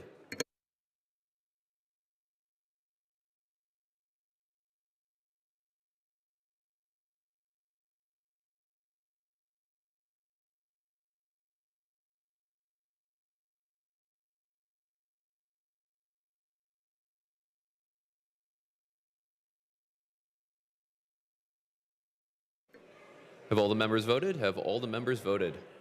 Clerk will record the vote on the amendment. The ayes are 202, the nays are 0. The amendment is agreed to. Will the House agree to the bill? Agreed to. The bill as amended will be reprinted. For what purpose does the gentleman from Washington County rise?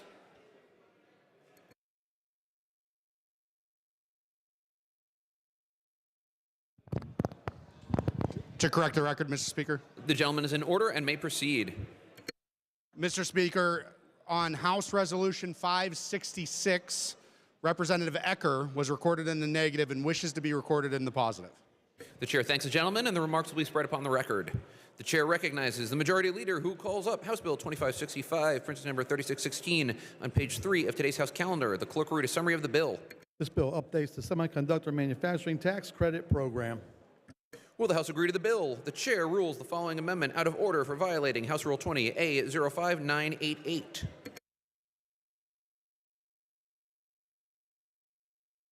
Representative Matzey offers A05994. Will the House agree to the amendment? On the amendment, the chair recognizes the gentleman from Beaver County, Representative Matzey.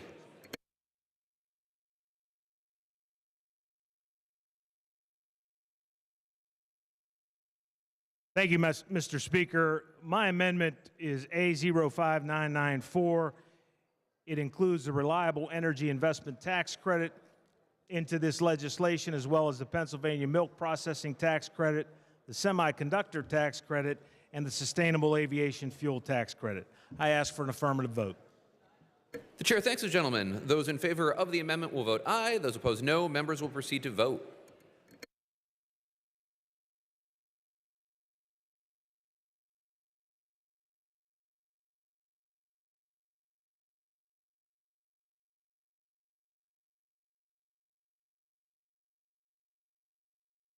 Have all the members voted? Have all the members voted?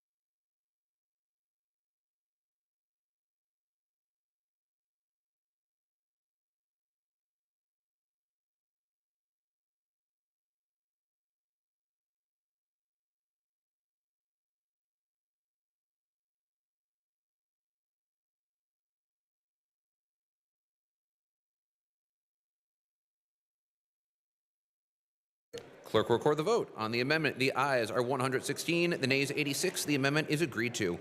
Will the House agree to the bill? Agreed to. The bill as amended will be reprinted. The chair recognizes the majority leader who calls up Senate Bill 1230, Princess number 1891 on page 5 of today's House calendar. The clerk will read a summary of the bill. This bill updates the elevator safety code. Will the House agree to the bill?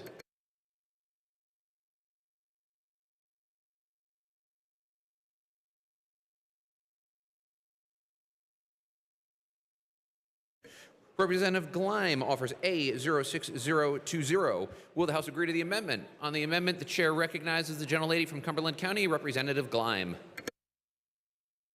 Thank you, Mr. Speaker. I'm withdrawing that amendment. Thank you. Does the gentlelady wish to offer A06021? I'm withdrawing all of my amendments. All Thank the you. Gleim amendments are withdrawn, and the chair thanks the gentlelady.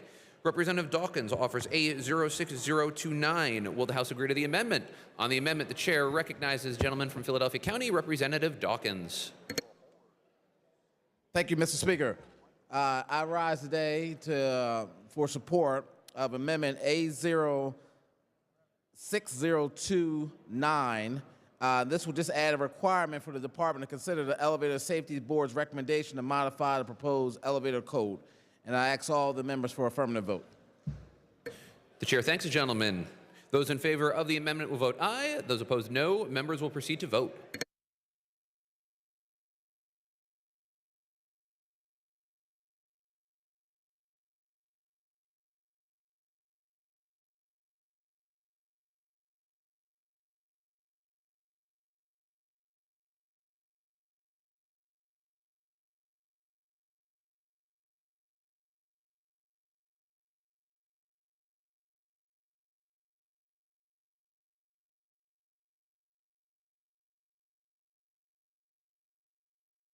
Have all the members voted? Have all the members voted?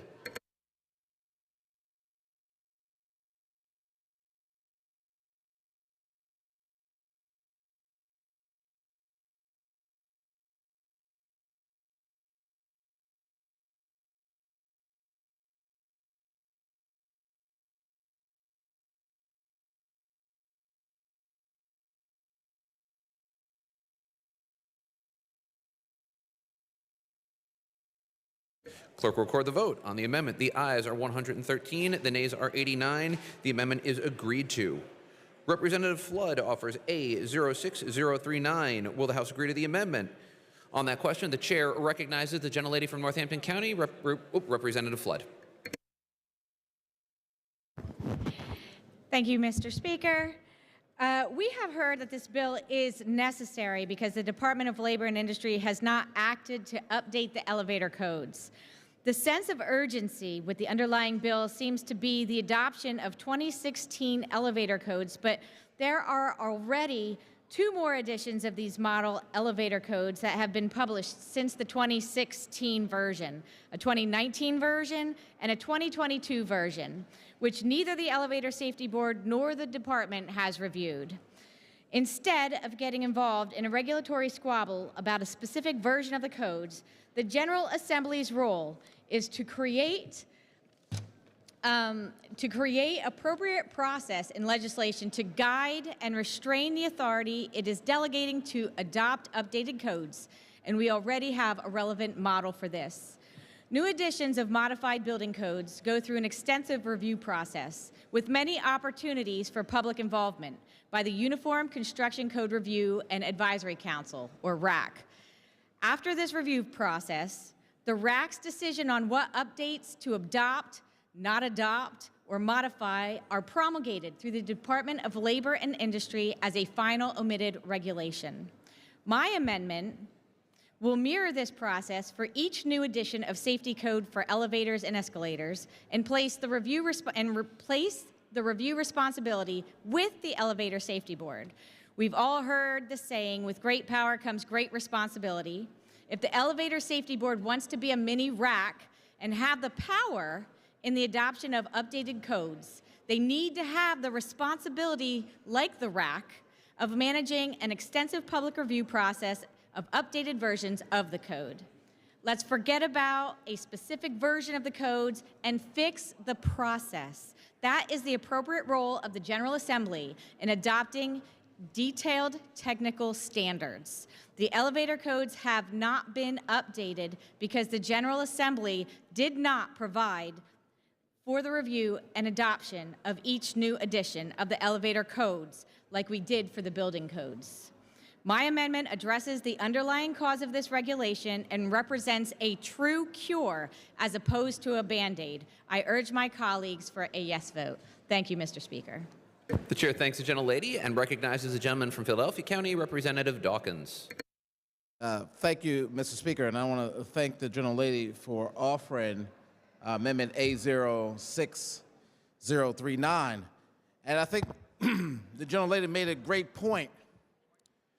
Had the General Assembly acted, only if they could have acted. Last I checked, 12 years, the gentleman to her left was in charge and could have acted in her own party. This particular board, just for information. The gentleman will suspend. For what purpose does the leader rise? Mr. Speaker, I believe the gentleman is far afield of the actual merits of both the amendment and the underlying bill. And if he's going to include a timeline, it should at least reflect the fact that they have been in charge for 2 years.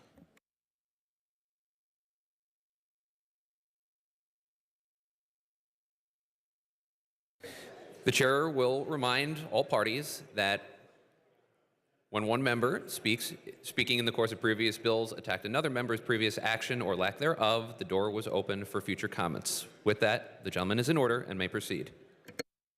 Thank you, Mr. Speaker.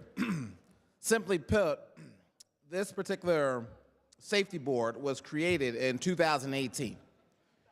And 2020, it recommended updating the code to the new standard of the 2016 code from the existing code, which is in place, which is the 2002 code.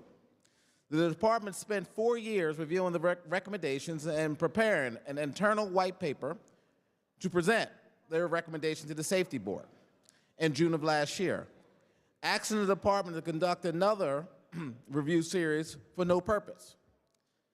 The Senate passed Senate Bill 1230 unanimously, with the prime sponsor of the bill commenting that the review have already taken too long. The Elevator Safety Board is made up of a cross-section of individuals knowledgeable in the elevator industry, including a member representing building owners as well as members of the general public. Given that we are in the position to actually do something on this very important topic, I would ask folks to oppose this particular amendment because the experts have already spoken. The experts have spent 4 years getting it right. We do realize there are newer codes, but I can assure you Pennsylvania currently have the oldest elevator code in the nation with the 2002 code. The 2016 code may not be perfect, but is a lot better than the 2002, so I ask for you to oppose this motion. Thank you. Chair thanks the gentleman. On the amendment, the chair recognizes the gentleman from Lancaster County and the Republican leader, Representative Cutler. Thank you, Mr. Speaker. Mr. Speaker, let's look at the underlying bill as amended by the good gentleman who just spoke. The truth is, it delegates authority. We as a chamber have been chastised by the courts on multiple occasions about the unconstitutional delegation of authority to a non-legislative body. So while the gentleman is attempting to fix a solution, I don't believe that unconstitutional delegation of legislative power is the proper way to do it. The good lady who's offering the amendment actually has a constitutionally consistent process in it that would allow us to continue to have input. It would allow the legislature to retain that authority and would therefore meet the requirements of the Protz decision, which I know they've worked through in that committee regarding the delegation of authority. So I urge a yes vote for her amendment because without it, it will be unconstitutional and seriously flawed.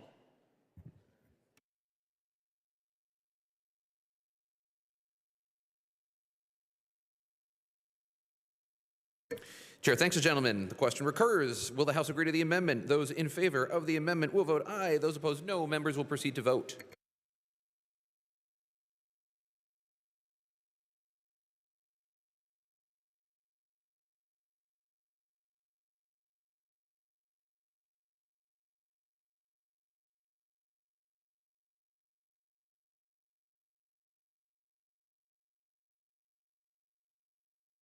Have all the members voted? Have all the members voted?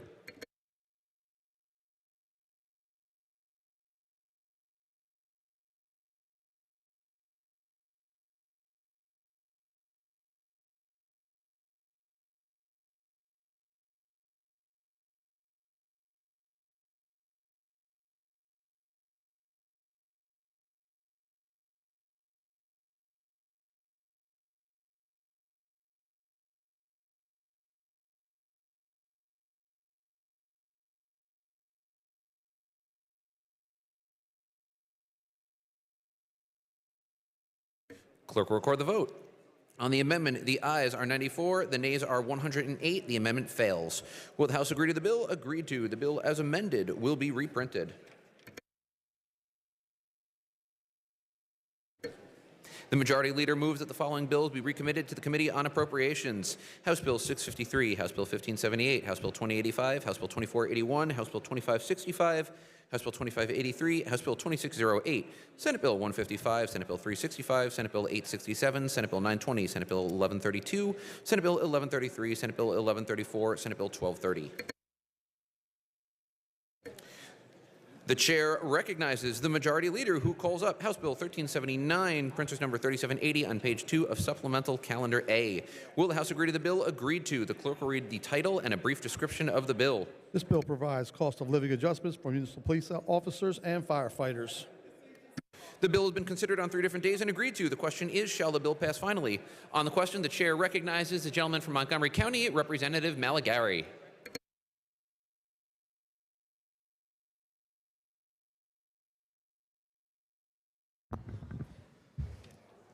Thank you, Mr. Speaker. Mr. Speaker, it's been 22 years since we've had a cost of living adjustment for police and fire, public school employees, and public employees for the Commonwealth. 22 years. 22 years is a long time. The last COLA adjustment for our police and firefighters was back in 2002. I was in high school. Long time ago. The bill that we have before us, House Bill 1379, it provides a cost of living adjustment for qualified local police and firefighter annuitants and certain beneficiaries of the State Employees Retirement System, the SERS system, and the Public School Employees Retirement System, or PSERS. This would amend Title 24 and also 53 and 71, so education, municipalities generally, and then the state government of the Pennsylvania Consolidated Statutes. Retired police and firefighters would receive a COLA, an ad hoc cost of living adjustment, who retired before January 1st of 2020. So the COLA amount would be based on the number of years the individual was retired. So $75 a month for those retired between 5 and 10 years, $150 a month for those retired 10 to 20 years, and $300 a month for those retired 20 or more years. It's modest. It's been 22 years, remember that. So those dollars are desperately needed, especially for those that actually protected our communities throughout their career, showed up to the fire calls that they had to get to, and showed up in ambulances to save a life.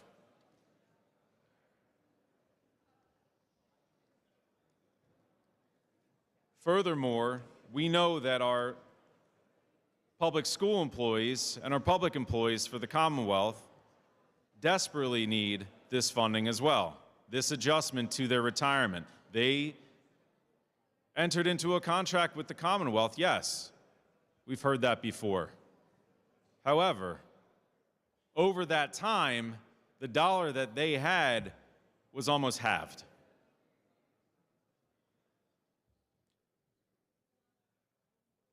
For our public workers, this would help nearly 70,000 older Pennsylvanians who dedicated their entire careers to serving our communities. And they desperately need a long overdue cost of living increase to their pensions. Their last COLA increase was in 2002 as well, over 22 years now. The average age of the individual that we are trying to help is 80 years old. Think of the seniors in your community that served as school teachers, that served as public employees. Think of those that are retired from the police force. Think of those that are retired firefighters. This is going to help them face the issues with rising inflationary costs, helping them to buy goods, food, clothing, fuel, medications, housing. This legislation is supported by the FOP. It's supported by the Pennsylvania Professional Firefighters. It's supported by the educators across the Commonwealth, the Pennsylvania State Education Association, and the Association of School Retirees, along with a whole coalition of other organizations, the CLEAR Coalition. All labor-oriented organizations, all trying to fight for a cost of living adjustment that has been 22 years, long overdue, to help them stay in line with their expenses as well as they entered into retirement. So I ask my colleagues, we've seen this before. Now's an opportunity to support our retired police and firefighters. Now's another opportunity to support our retired educators and our public employees. And I ask for your affirmative vote. Thank you, Mr. Speaker. Chair thanks the gentleman. Does the gentleman have a parliamentary inquiry?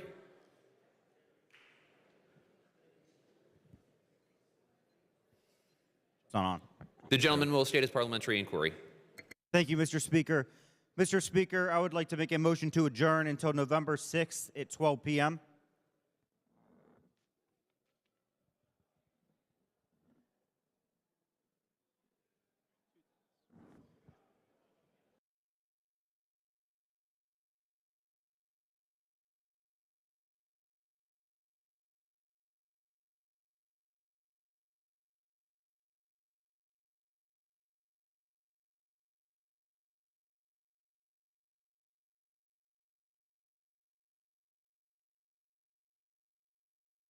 The gentleman, Representative Bernstein, moves that the House adjourn until Tuesday, November the 6th, 2024 at 12 noon.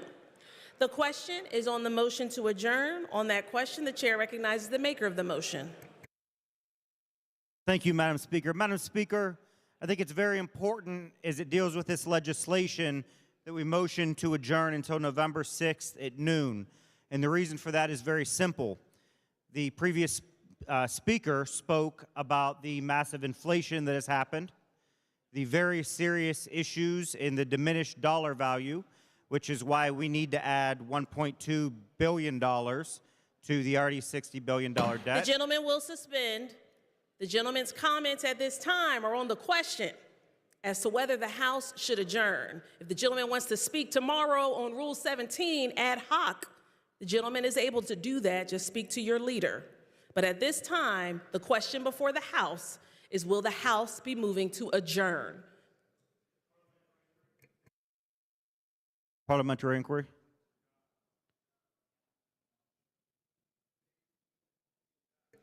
The gentleman may state his parliamentary inquiry.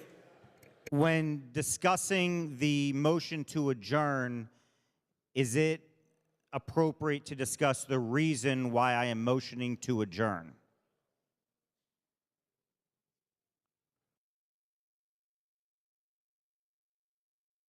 You can certainly speak about the reasons as to why this House should adjourn, but when you begin to talk about policy, this House must be in session for us to debate policy. The question before this House is, should we at the moment adjourn? Thank you. Back on the motion to adjourn. You may proceed. Thank you, Madam Speaker. So, Madam Speaker, the reason why I think it is important and why I have made the motion to adjourn until November 6th at noon is to ensure that we have all the information that we need in order to vote on this particular piece of legislation. Because very clearly, if President Trump is elected, when he's elected, we will be able to have the information. The gentleman will suspend.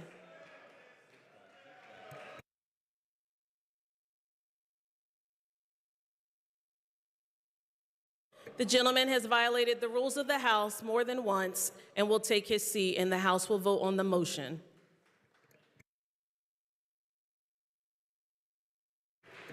Those in favor of the motion to adjourn will be voting. Chair recognizes the gentleman from Lancaster, Representative Cutler, on the motion. Madam Speaker, respectfully, As someone who has major concerns about any votes occurring in sine die, I will oppose this because I recognize that there is, in fact, some legislation yet to be completed, both Senate and House bills. Even if a bill, and I was going to speak in the negative on the underlying bill, but the truth is we should have the opportunity to vote and we should work. Those in favor of the motion will be voting aye. Those opposed will be voting no. Members will proceed to vote.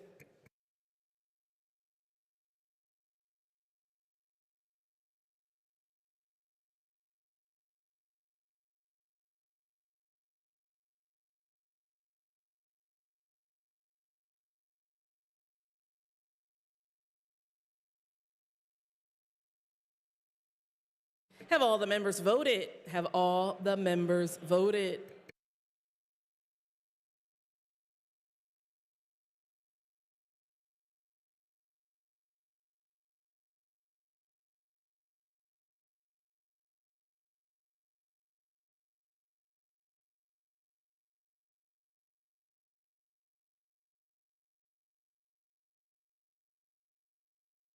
The clerk will record the vote on the question. The yeas are 0, the nays are 202. Less than a majority having voted in the affirmative, the motion fails. The question recurs. Will the House agree to House Bill 1379, printer's number 3780 on page 2 of Supplemental Calendar A? On that question, the chair recognizes the gentleman from Columbia County, Representative Ledbetter. Thank you, Madam Speaker. Madam Speaker, I rise to speak out against House Bill 1379. As a proud brother of a police officer who puts his life on the line every day, I have tremendous respect for all of the retirees who will be impacted through the potential passage of this legislation. However, Madam Speaker, this legislation carries with it a financial cost and liability that will be extended to the future taxpayers of this Commonwealth. Children like mine, in my family, in families within this chamber, and families across Pennsylvania. It is not appropriate to straddle the future Pennsylvanians with unfunded financial liability in the form of incremental tax burdens and hold those children accountable.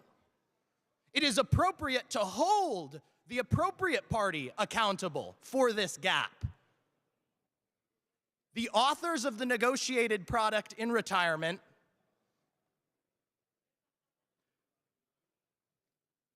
the leaders of the unions that these employees are represented by.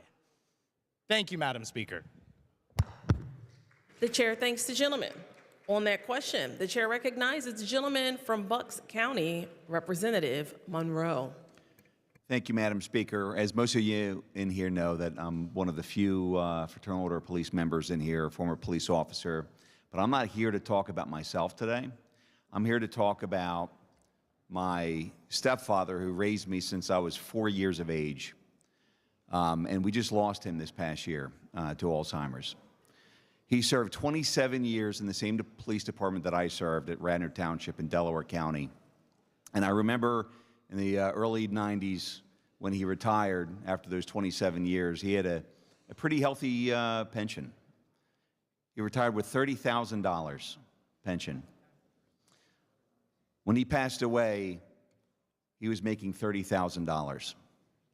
I can tell you from all of the people in my own district that I've talked to who are on fixed incomes, and many of them are teachers, many of them are firefighters, and many of them are police officers.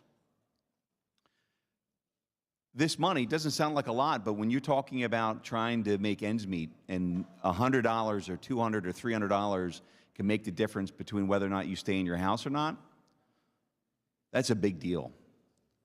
Now this bill, and thank you to the maker, Representative Malagari, for making this. It's not going to help my stepfather, unfortunately, but it's going to be helping thousands of Pennsylvanians across this Commonwealth. And I thank you for making this bill, and I strongly urge a yes vote.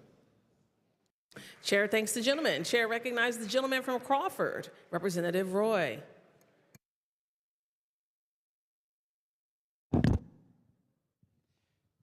Thank you, Madam Speaker. I urge a no vote.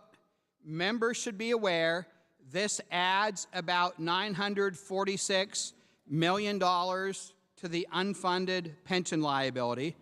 It's so expensive, it gets amortized over 10 years. So over the next 10 years, an extra $471 million would have to get paid to CSRS, an extra $936 million to PSERS, and an extra $426 million to the municipal pension plans. This is very expensive, Madam Speaker.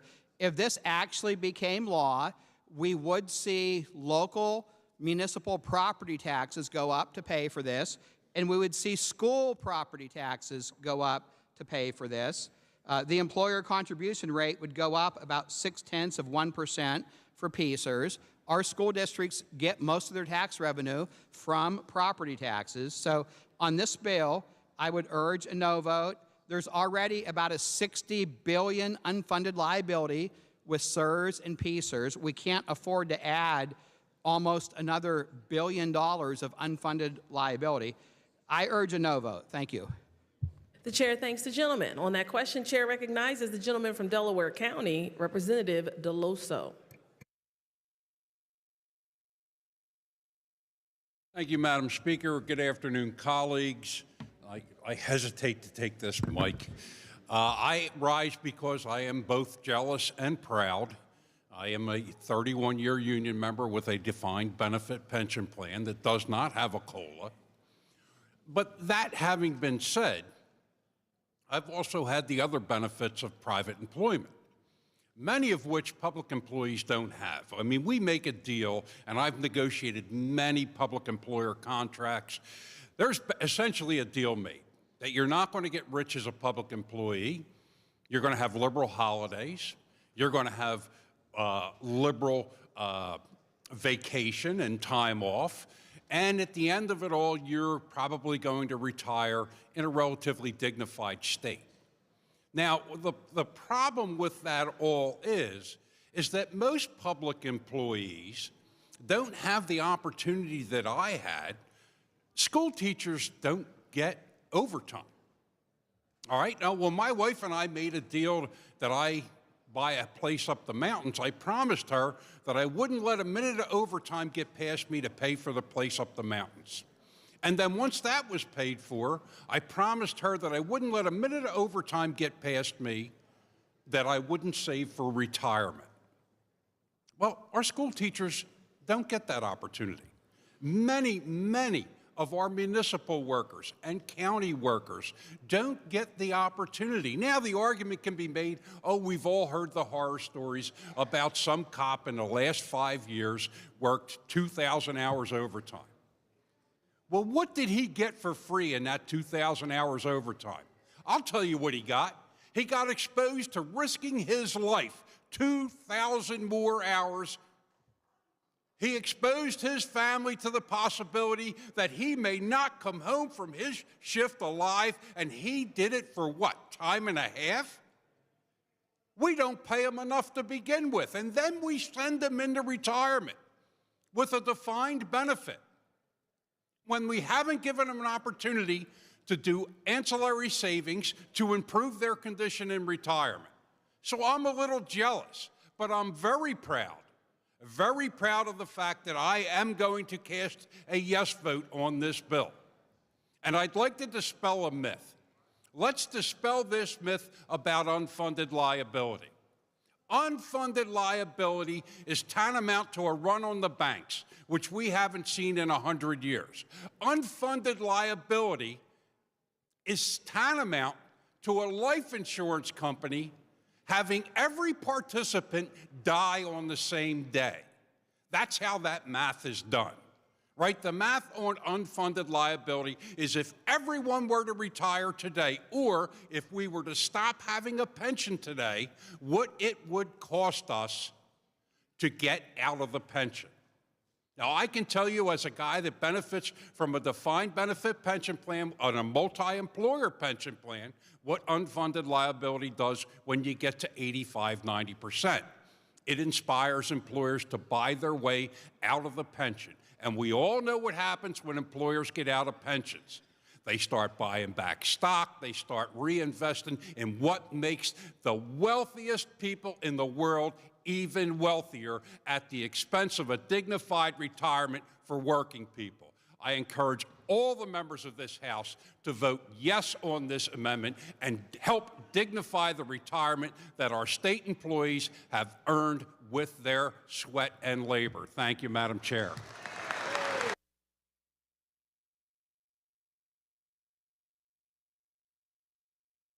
Chair thanks the gentleman. Chair recognizes for the second time the gentleman from Crawford, Representative Roy.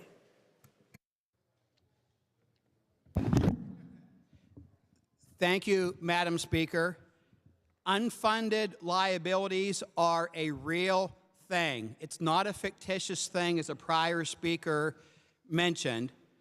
Unfunded liabilities are a shortage. What it means is there's about $60 billion of owed pension benefits in CSRS and PSERS that we don't have the money for. Now, to calculate that number, we know some school employees and some state employees are going to retire tomorrow. Some are going to retire a year from now, some 2 years from now, some 3 years from now. I could go all the way up. Some 30 years from now, 35 years from now. It takes that into consideration. It also takes into consideration the mortality of the participants. We know it's a sad fact of life. Everybody dies.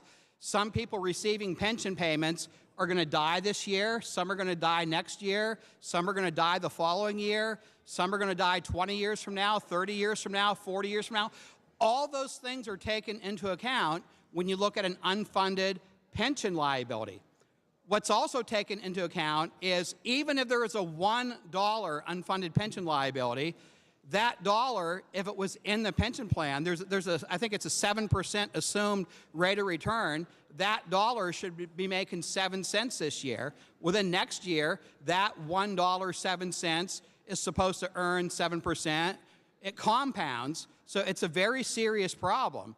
So it's a real number. Sometimes you do hear people say, well, if every single person retired today, yeah, that would be the unfunded liability. No, that's not how it works. It already takes into consideration the age of the participants, life expectancies, investment returns, and so on. So it is a real number, $60 billion of unfunded liabilities. Now, if the rate of return is only 6% instead of 7%, it might be more like a $70 billion unfunded liability.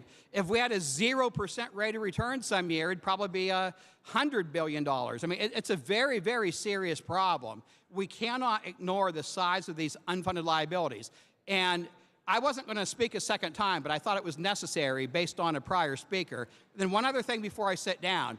Half of all the municipal pension plans in Pennsylvania are underfunded. Half of them. So we're basically saying your local municipalities, even though there's not enough money in the pension plan to actually make the pension payments, even if you're going to have to raise property taxes, we're going to make you do this. And some people are saying, well, the state is going to come in and with this big rescue mission with all this municipal pension aid. If that money existed, why isn't it being paid now? There's not all this extra money sitting around, or it would be being used what it's supposed to be used for. So this is a local property tax increase, and this is a school property tax increase piece of legislation. I urge a no vote.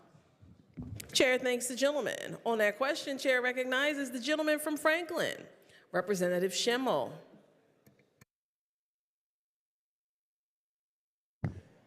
Thank you, Madam Speaker. A pension program in the government is a contract. It is a contract between the employee and it is a contract between the people. Were the people, or the government in this case, to renege on that contract and pay less, it would be unjust to the employee. Were, on the other hand, the contract to be violated and the people would have to pay more, it is unfair to the people. That is why I oppose this bill. The chair thanks the gentleman. On that question, the chair recognizes the gentleman from Dauphin, Representative Fleming.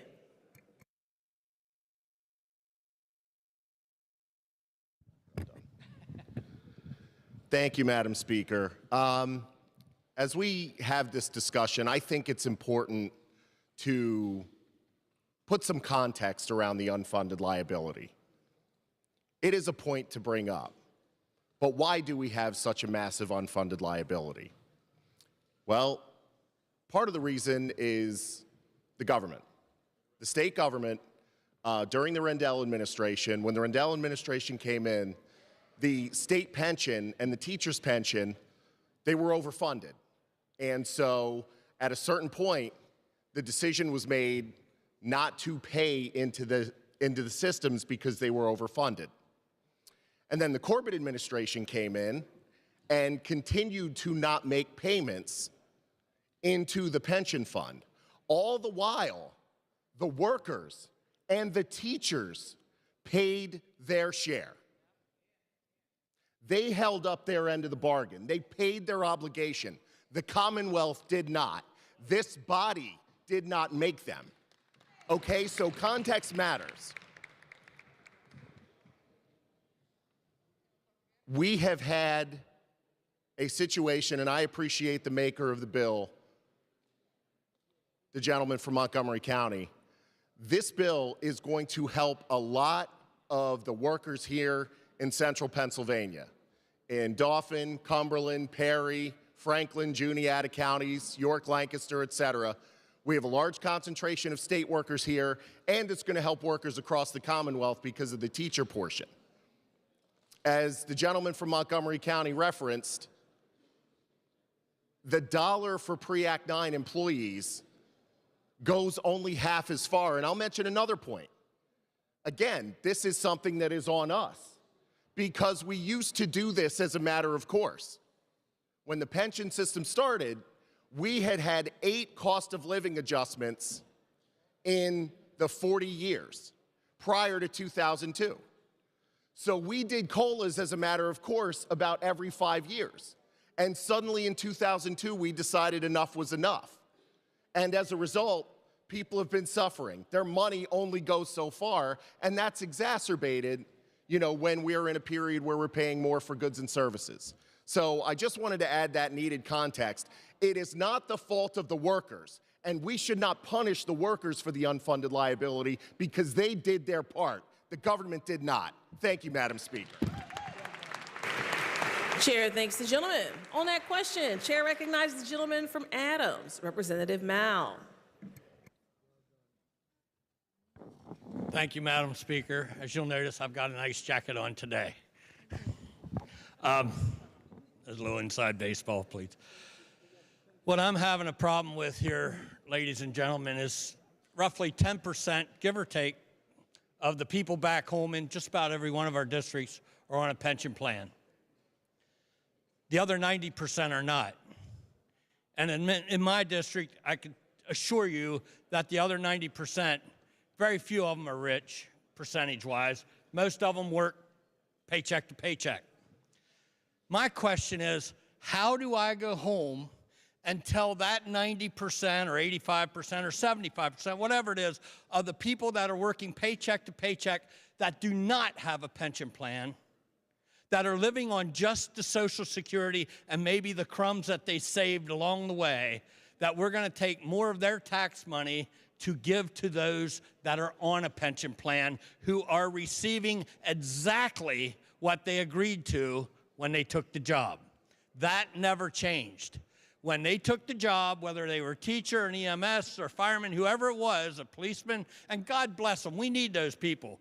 But when they took the job, They knew exactly what the pension plan was. It was a contractual agreement. And to this day, they are receiving exactly what they bargained for.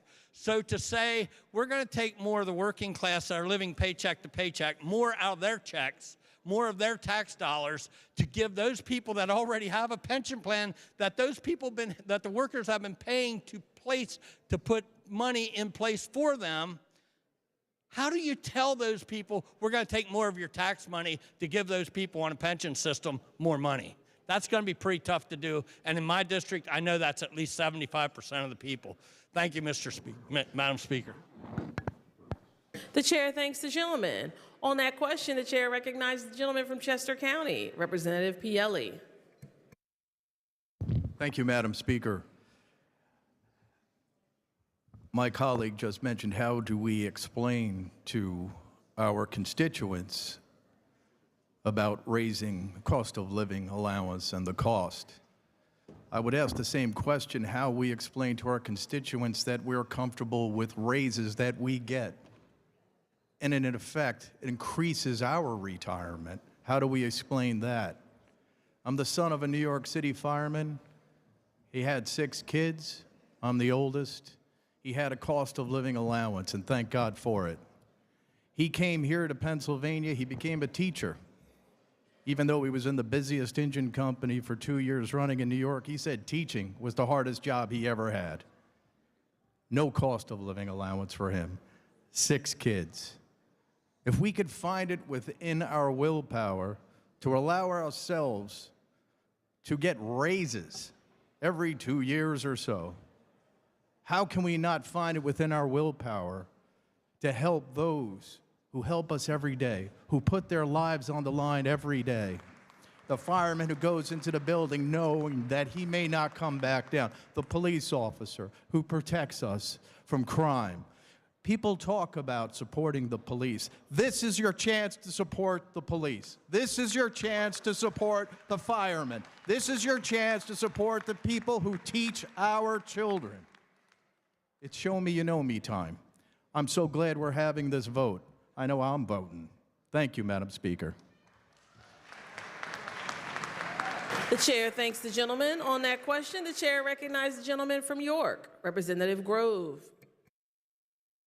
Thank you, Madam Speaker. I think it's worthwhile to bring some historical perspective on our pension systems. At one point in the early 2000s, our pension systems were actually superfunded. At that point, the employer rates dropped to a point where money was still being put in by the employers, was much less cost. And while the General Assemblies at the time were doing COLAs, they actually funded them. They paid for them. This bill does not do that. So there's a big difference historically looking at what's occurring today on the floor and back in the 2000s when the economy was booming, money was coming in, pension systems were super funded, and then there were pension changes that were made. A retroactive pension increase combined with the COLA the next year, and then the tech boom, which devastated the pension systems. And since that point, the pension systems have not rebounded, and that's where the unfunded liability comes from. Something that has a direct impact on our taxpayers, as that is the calculation for our the employer rates on the pension systems. We're paying more today. School districts are paying more today. Townships and boroughs are paying more today. School districts are paying more today because of the unfunded liability. It is a real cost in the pension system. By the way, comments like unfunded liabilities don't exist is why I have a 401k today. I do not trust political officials to protect my pension. I do it myself. And by the way, I beat both systems every month I check. I beat them every single month. I'm very proud of my work. But anyway, the simple fact that we're discussing the historical context, you have to understand. If we had money, you could put in the system to make sure there is no unfunded liability within the system. But it's not how this bill is set up. So as soon as, if it is passed today, if the Senate takes it up, which there's no possible way constitutionally for them to take it up, and if a governor would sign it, you would create unfunded liability even more so than we have today, which what happens? The employer rates will go up. So school districts will have more cost. We will have more cost. So our budget next year goes up, school districts' budgets go up. So that is a property tax increase for school districts to make up that funding. Locally, they're even in a worse position. If you look at the Auditor General's reports on the unfunded liabilities of municipalities, some of them are completely underwater. Chester City at one point, and still this day I think, is having a hard time even making pension payments. Adding this cost on top of that may potentially bankrupt some local governments in this Commonwealth. That is the net effect of this policy. Now, I would say if you put money in this, you could fund it, but basically the surplus has been eviscerated over the past 2 years. So really there's no money to put into to actually fund this and alleviate the unfunded liability perspectives. Ultimately, this is a really bad financial deal, which will hurt taxpayers, which will hurt the pension systems moving forward. This is not the way to do COLAs at all. You should wait until the systems are fully funded and then start looking at our finances to make sure we can actually fund this stuff like it was done in the past. Thank you, Madam Speaker. The chair thanks the gentleman. On that question, the chair recognizes the gentleman from Lebanon, Representative Diamond.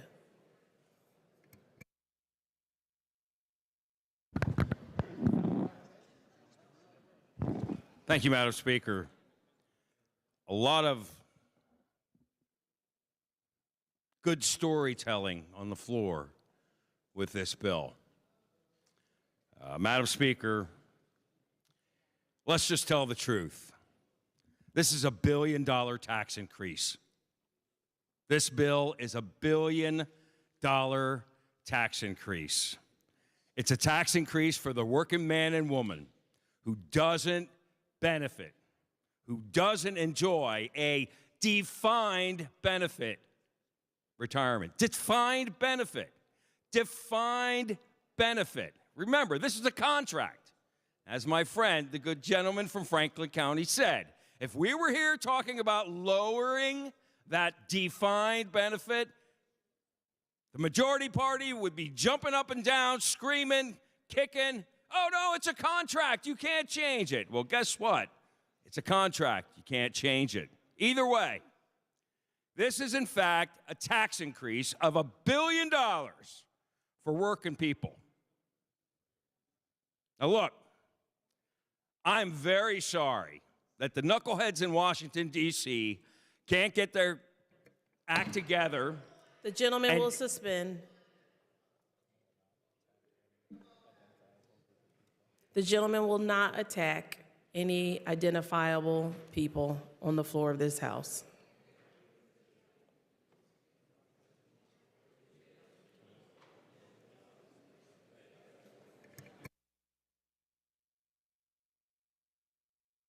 If the gentleman can stay in order, he can proceed.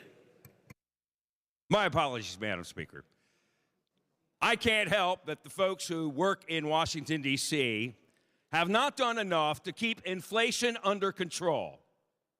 Over the past 4 years, it's soared. And I know this problem goes back before that. But it's all their fault because they control the currency. They control the amount of money that's printed that makes the dollar in your pocket worth less every single day. That is not the fault of our taxpayers. Previous speaker said, oh, the Commonwealth failed them. Well, yeah, you know what? People who in this very room, my predecessors failed them. On the other side of this building, their predecessor, they failed them. Was not the people of this Commonwealth. Look, if this bill would hold those people who made those decisions personally liable for this $1 billion tax increase, I might have a different opinion because that'd be more fair. But this is a $1 billion tax increase on working people who do not enjoy a defined benefit retirement program. defined benefit. It was defined when they entered into a contract. If we were talking about lowering it, you'd be jumping up and down. Now we're talking about raising it, you should be jumping up and down. Madam Speaker, I stand on the side of the working people of this Commonwealth, and I will not vote for a $1 billion tax increase. Thank you, Madam Speaker. The chair seeks final speakers before going to the floor leaders. Any additional members seeking to be recognized? Chair thanks the gentleman. The gentleman from Philadelphia County, the Majority Chair of Appropriations, Representative Jordan Harris. Thank you, Madam Speaker. Madam Speaker, I rise because I could not remain silent. Madam Speaker, right now, across this Commonwealth, we have young people at Millersville, at Westchester, at Shippensburg, at Slippery Rock, at Cheney, at Temple, at Pitt, and all of these universities across the Commonwealth. They're sitting in their classrooms and they're studying to be teachers. They're studying to take part in such a noble profession, one that we have articulated time and time again that we need more people in. Those young people are taking on mountains of debt, understanding that although they won't become rich from their salaries, but they're doing something meaningful for their community. They're doing something meaningful for the future of this Commonwealth by doing something that we need, investing in the lives of our young people. Those young people right now know that they will not receive wealth, fame, or fortune, but they're doing it because they believe it's right. But they're also doing it because at the end of their service, they believe that there will be a safety net there for them called a pension.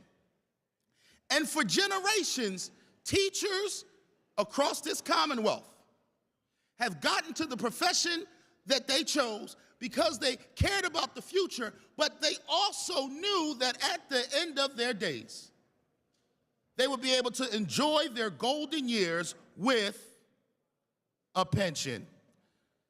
Madam Speaker, my grandmother was one of those folks. She taught in the Philadelphia School District for 32 years. She didn't become wealthy, but she was able to retire with dignity because of her pension.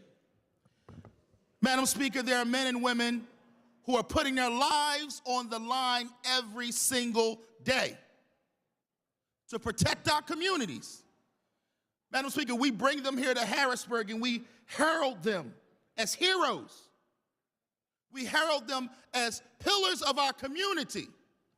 And yet today we sit on this floor and instead of talking about their heroism, we're talking about how we can't afford to help them pay their light bill. We're talking about those men and women who sacrificed their lives.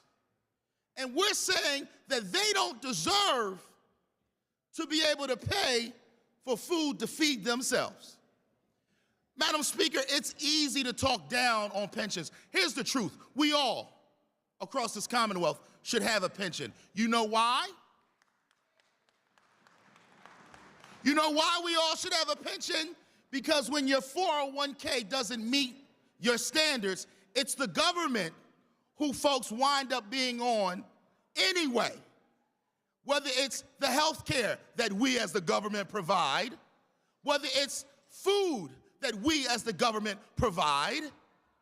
See, what they're not telling you, Madam Speaker, is that when they fail, it's the government who picks up the cost anyway.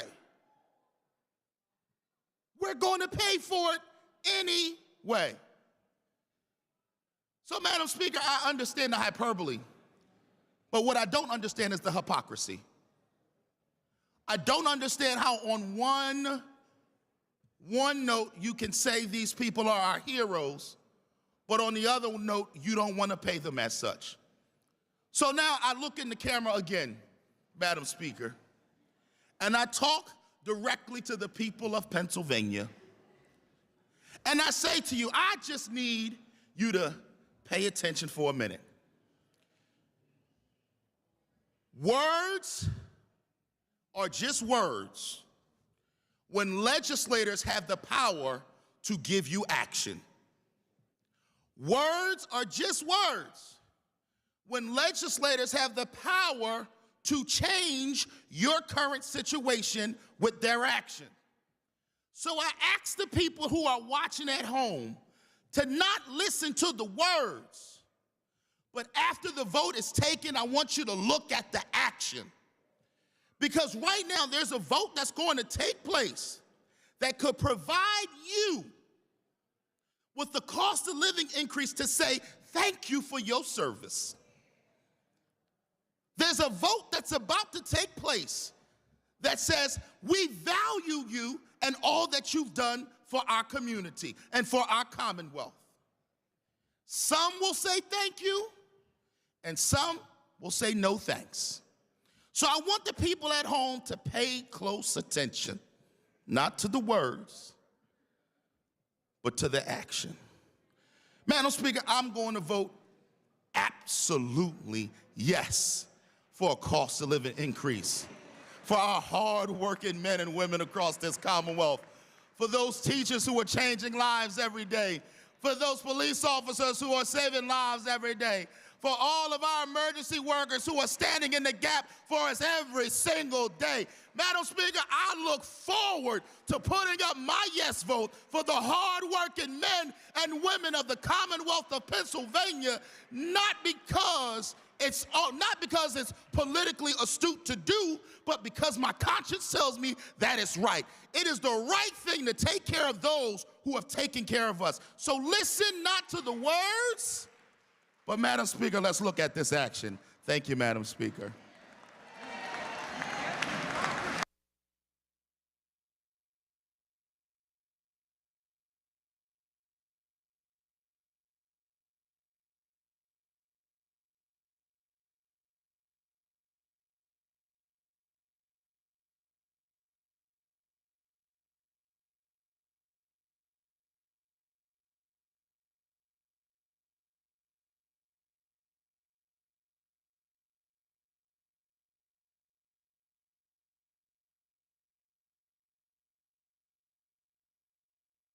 The chair thanks the gentleman. On that question, the chair goes to the gentleman from Lancaster, Representative Cutler.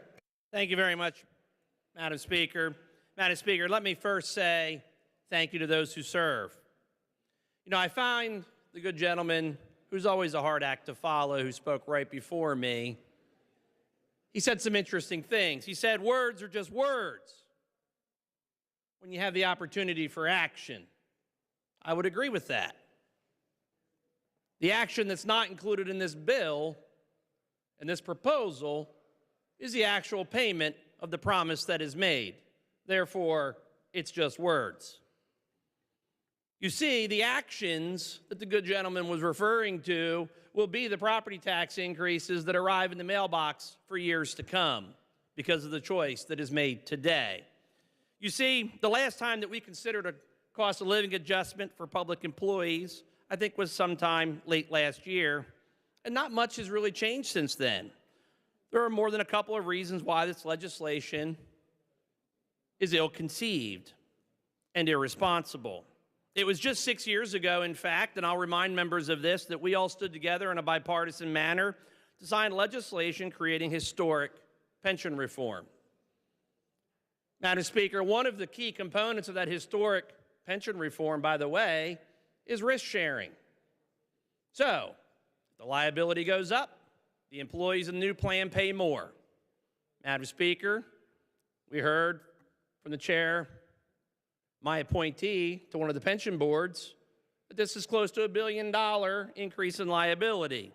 So the question is, if the market doesn't perform, and as the good gentleman from Philadelphia just outlined, the government ends up paying the bill, it'll also be the employees in the system on that one because of the risk sharing. For years, General Assemblies have preceded all of us. We weren't the ones who made these decisions. They used the public pension system essentially like an irresponsible teenager with a credit card. So I agree with the gentleman from Dauphin County that for years the formula did not pay it. But I do have one correction. We made 4 actuarially required payments under the Corbett administration. We made 8 more all through the Wolf administration because that was when the collars came off, we met those bills. And we've been paying those bills for 12 years. Paying those bills for 12 years. And yet, there is still more to be done. In fact, most recently, we're awaiting the results. I was given encouraging news by some, and they said we're approaching a 70% funded balance. 70%. Certainly higher than where we've been in past years. But the truth is, it still means that there's 30% that is not funded. So, again, who will ultimately pay for this bill and this decision? It's the taxpayers who will pay the price for bad decisions today. And that's unfortunate because we were just starting to get better between the reforms and the changes. And now we're looking to set us back one more time. As I said, the good gentleman from Philly said words are just words without action. The action that should have been included in this was a prepayment of the COLA, as the gentleman from York outlined. Many lawmakers, including myself, have even put their pensions where the current law is. I voluntarily opted into the 401k plan myself for many of the same reasons that the gentleman from York outlined. However, this legislation will take us in a different direction.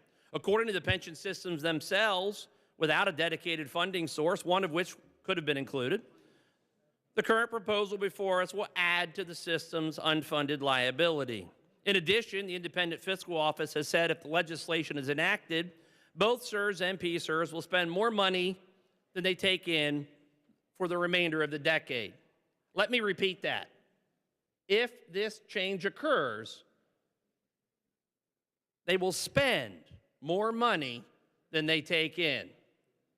Ladies and gentlemen, that is the very definition of not being funded. But, Madam Speaker, if we paid, as some would have us do, I've heard many times, of course we can afford it. Look at our surpluses. The truth is, if we paid for everything out of the surpluses that were used in this current budget cycle, that surplus has been used as political collateral so many times to make future and sometimes false promises that cannot be fulfilled. We would already be raising taxes in order to pay all the bills that we cannot afford. Our fiscal forecast says us spending through the surplus by the end of the next fiscal year, and then we're into the rainy day fund, and then where are we? It's either back to raising taxes or cutting programs. So let's go back to those funding ratios. 70% funded, certainly better than where we have been for the last 12 years of pension payments, but it's still 30% unfunded. And you see, it avoids the most important discussion of it all. The most important part of this discussion is, what about those people who don't have retirement? What about those people who don't have a pension and they rely solely on Social Security? And, Speaker, those people will be asked, I heard $100 or $200 could make all the difference. I agree, it could. And it will make the negative difference if that's the bill that is foisted upon those that are relying on Social Security. I know the good gentleman from Lebanon went far into the reasons and the bad failed policies and the printing of money from Washington, D.C. Members of both parties for too long have been irresponsible in that world. We've worked hard in a bipartisan manner here to reform our systems and therefore do better for Pennsylvania taxpayers and ultimately the retirees. We've worked hard to be fiscally responsible and create a surplus and adding a historic amount to the rainy day fund. But our success on the short term is not permission for irresponsibility now. But irresponsible is what this legislation is. Let's get our pension system fully funded. I'm open to conversations on how that could happen. I'm open to prepayments. Whatever the discussions might be, let's have them if they're real. But Madam Speaker, let's correct the mistakes of the past, what the gentleman from Dauphin outlined, the failure to make the payments. And let's not give those in the pension another empty promise that isn't funded that will cause pension problems for somebody else years into the future. And in the meantime, it'll certainly cause property tax problems for those individuals that are left paying the bill. Madam Speaker, the time is not right for this legislation, absent a funding mechanism, and therefore I encourage a negative vote. Thank you. The chair thanks the gentleman. On that question, final passage of House Bill 1379, the chair recognizes the majority leader, gentleman from Montgomery County, Representative Bradford. Thank you, Madam Speaker.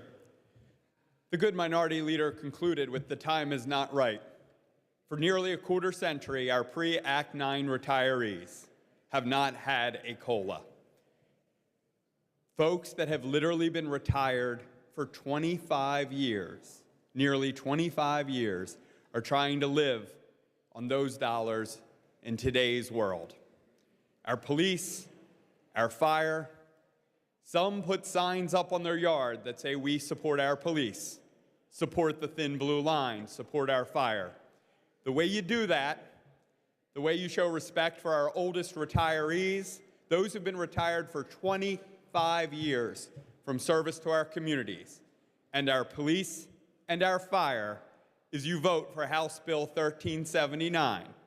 You stop with the tactics of what about and we could have done, because the reality is for a quarter century we haven't done, and they've had to make do because we haven't done.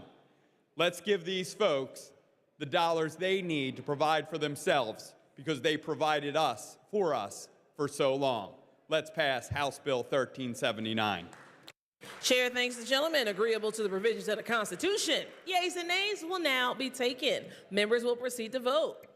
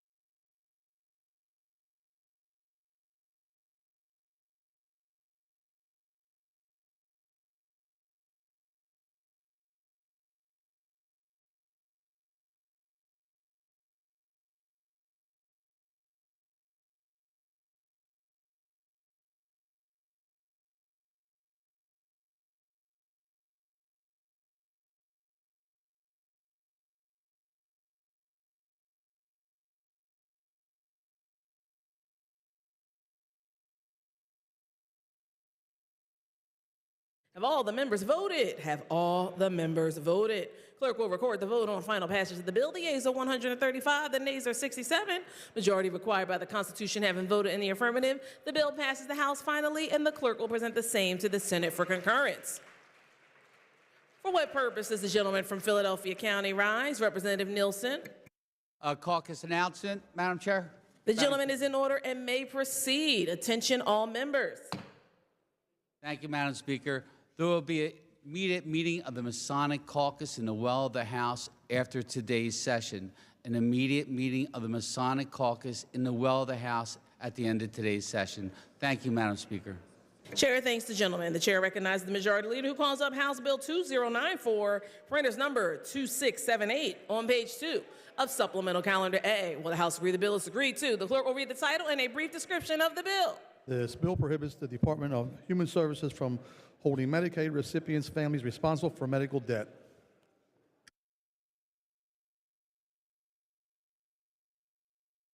This bill's been considered on 3 different days and agreed to. The question is, shall the bill pass the House finally? On that question, Chair recognizes the maker of the bill, the gentlelady from Chester County, Representative Howard. Thank you, Madam Speaker. In 2012, the Pennsylvania Supreme Court affirmed that a son was responsible for his mother's medical bills after her death, amounting to some $93,000. This archaic practice remains a legal and valid route to collections in Pennsylvania today. As baby boomers age and require more and more medical attention, including the possibility of nursing home care, this tool remains a viable option for collection agencies to pursue today and beyond, leaving our children responsible for debt accrued by aging family members for necessary medical care. Perhaps when this practice began, it may have seemed more reasonable. Years ago, medical bills could be counted in hundreds of dollars and not the thousands and hundreds of thousands of dollars of today. New expensive medical technologies, medical procedures, drugs, and life-extending care didn't exist to the extent it does today, driving up medical expenses to levels unimaginable to families a generation or two ago. Who could possibly pay the medical bills that a parent can incur today? The solution to rising medical bills cannot be solved by placing the burden on the family. Thankfully, the late Representative DeLuca introduced legislation to rectify this. Today, I carry on the good work he started. As longtime chair of the Insurance Committee, he knew this outdated mechanism was in dire need of modernization, and I thank you all for helping us bring filial responsibility practices into the 21st century to an end. Thank you. The chair thanks the maker of the bill. Agreeable to the provisions of the Constitution, the yeas and nays will now be taken. Members will proceed to vote.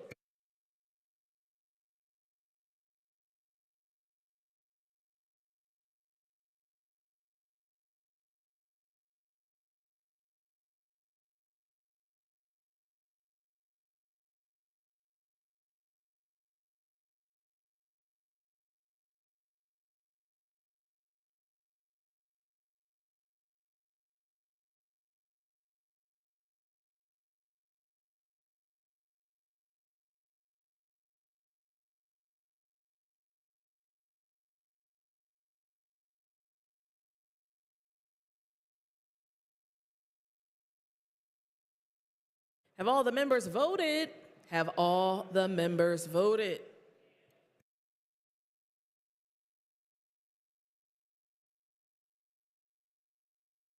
Clerk will record the vote on final passage of the bill. The yeas are 202, the nays are 0. The majority required by the Constitution having voted in the affirmative, the bill passes the House finally, and the clerk will present the same to the Senate for concurrence. The chair recognizes the majority leader, calls up House Bill 2625. Printer's number 3741 on page 3 of Supplemental Calendar A. Will the House agree the bill is agreed to? The clerk will read the title and a brief description of the bill. This bill provides for public transportation trust fund transfers and increases. This bill's been considered on 3 different days and agreed to. The question is, shall the bill pass the House finally? On that question, the chair recognizes the gentlelady from Philadelphia County, Representative C. Fiss. Thank you, Madam Speaker. I want to thank my colleagues again today for bringing up the issue of mass transit that we know has been gone underfunded for a significant period of time. I also want to remind my colleagues during this conversation as we have this today that it's more than just about transit systems, it's more than just about buses and trains. It's about moving Pennsylvanians throughout their community so they have the ability to thrive. Moving people to work, to school, to medical appointments, to grocery stores, moving people to be able to connect to economic opportunity. I know we represent all these people, but we also represent our lived experiences in this chamber. So I want to tell you my transit story. Growing up, I came up in a community in West Philadelphia where if you didn't have a car or was limited economically on how you got around, you took mass transit. Growing up, I spent 4 years traveling an hour outside of my community just to access my high school. If you're from Philadelphia, you know a little bit about the G-Bus. You know about the Market-Frankford line. You know about the Broad Street line. You know about traveling 3 modes of transit just to access a high school. That's not accessing the grocery store. That's not accessing after-school opportunities. That is just merely to access a quality education. Fast forward, after graduating from college, I had an opportunity to work in Center City, which again led me to mass transit. So again, if you're from Philadelphia, you again know about the G Bus and the Broad Street Market Frankfurt L.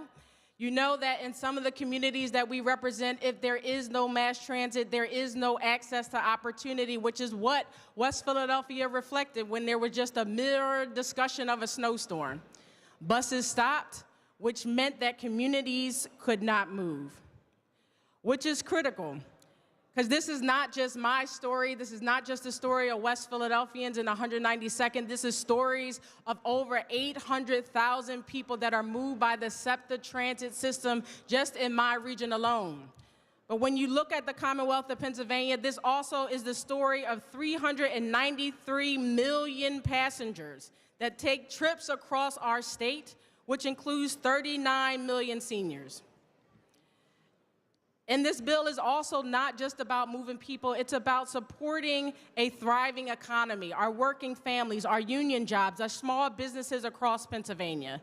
In my region alone, representing 27,000 union workers, from maintenance workers to track repairers to bus drivers and ticket sales agents, these are hardworking people who are not only keeping the trains and the bus running, but are also contributing to our local economies as taxpayers. They're spending money, they support their communities.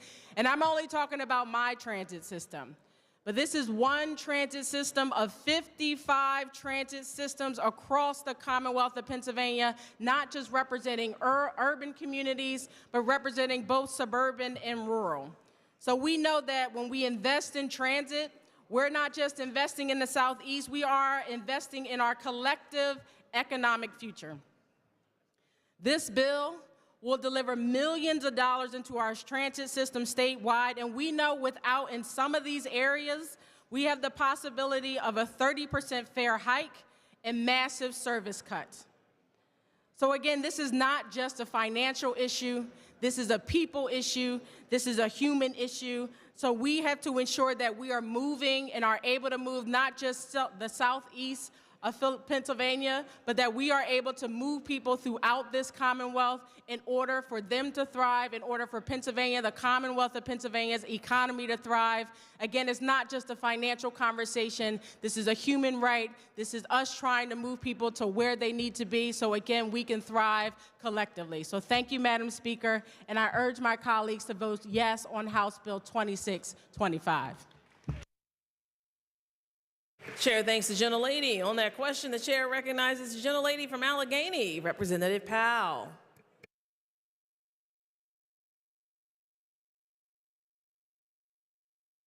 Thank you, Madam Speaker. I rise today in support of what will be a tremendous investment in transit. It's not about buses and trains. I want to remind my colleagues that it's about jobs, good union jobs with real wages and benefits, jobs that you can't outsource, jobs that let workers be part of their communities and spend their money in their own communities. Back home in Pittsburgh, the Pittsburgh Regional Transit System is one of the largest operations anywhere, with more than 700 buses, 80 trains, taking countless cars off the roads. It is truly the connective tissue between our neighbors and our neighborhoods. Regional Transit is more than a name. They're investing $100 million a year in the local Pittsburgh economy and buying local. PRT is purchasing goods and services right at home and multiplying the power of the money that they invest. Regional Transit makes it possible for Pittsburghers to live where they want and work in our amazingly vibrant city. Investing in transit raises the bar for everyone. Properties are worth more. Businesses have an easier time hiring workers and can spend less on the massive cost of parking.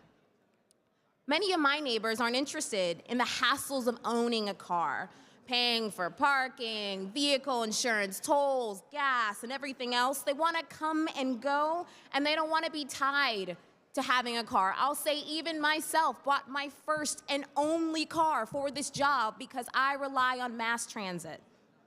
We can only do this with the shift in existing revenue and not raising a single tax. we can bump our investment and multiply the power of that money over and over and over again. This funding will make a difference. It will create and support jobs, build a stronger economy for all while keeping our clean air and water to make sure that we have a more prosperous future for all of us. Again, colleagues, it's about jobs and it's about time. Thank you, Madam Speaker. The chair thanks the gentlelady. On that question, the chair recognizes the gentleman from Philadelphia, Representative Waxman.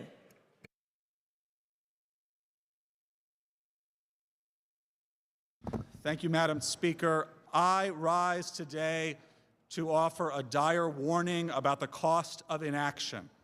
We are facing down a nightmare scenario for SEPTA.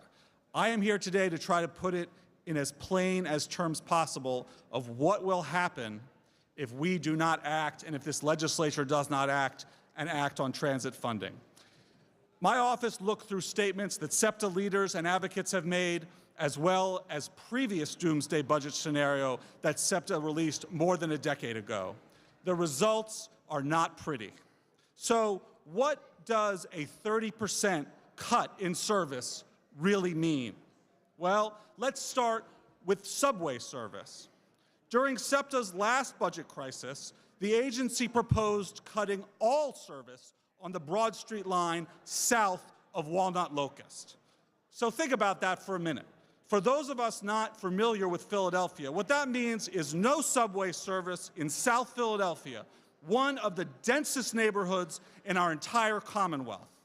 Thousands would be stranded every day as service disappears. Moving to the regional rail service, a critical artery that connects Philadelphia to its suburban neighbors. One line is already slated for potential closure and meeting resistance from neighbors who rely on regional rail to get around. Well, I have news. That would just be the start. We know that if we had a 30% cut in services, we would likely lose multiple regional rail lines that would have to be cut entirely. And what remains would see fewer trains and fewer stops. It's likely that at least 2 train lines would be shuttered and that several major regional rail lines would have to be shortened and have dramatically reduced service, all because of the cuts that will be because of inaction. Finally, what about bus service? Bus service is critical to Philadelphia and its residents. So travel within Center City in my district and around the city and other neighborhoods would be dramatically impacted by these cuts. In fact, SEPTA would likely be forced to shutter entire bus lines if this continues. And the bus lines that would remain would have dramatically less service. What does that mean in practice? Well, take the Route 21 bus. It's a workhorse of the entire system, taking riders from West Philadelphia downtown to back to Chestnut and Walnut Street, 2 major commercial corridors in Center City. Riders who had previously been able to count on a bus every 15 minutes may now be forced to wait an hour between buses, okay? Looking at our subway service, our regional rail service, and our bus service, and how they will be decimated if we allow 30% cuts in services to go forward. To be frank, you know, I'm deeply frustrated that we're at this point. This chamber has acted, I believe, not once, not twice, but today a 3rd time to pass funding for mass transit. Funding mass transit has been a bipartisan issue in our legislature for decades, because we all understand that a strong transit system is the only way that our economy works. There's still time for this legislature to act on a plan that provides SEPTA and other transit agencies across our Commonwealth the resources that they need to continue serving communities across Pennsylvania. We must reject the idea that the only way forward is a 30% reduction in services and major fare hikes. Instead, we must act. I urge my colleagues to vote yes on this bill and for the Senate to take up this critical measure before it's too late. Thank you, Madam Speaker. Chair thanks the gentleman. On that question, Chair recognizes the gentleman from Allegheny, Representative McAndrew.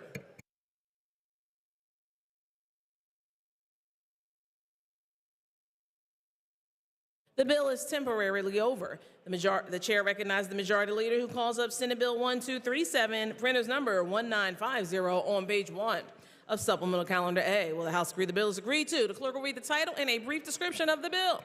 This bill provides reauthorization of the Pennsylvania one-call law. This bill's been considered on 3 different days and agreed to. The question is, shall the bill pass the House finally? On that question, the chair recognizes the gentleman from Beaver, Majority Chair of Consumer Protection, Technology and Utilities, Representative Matsy.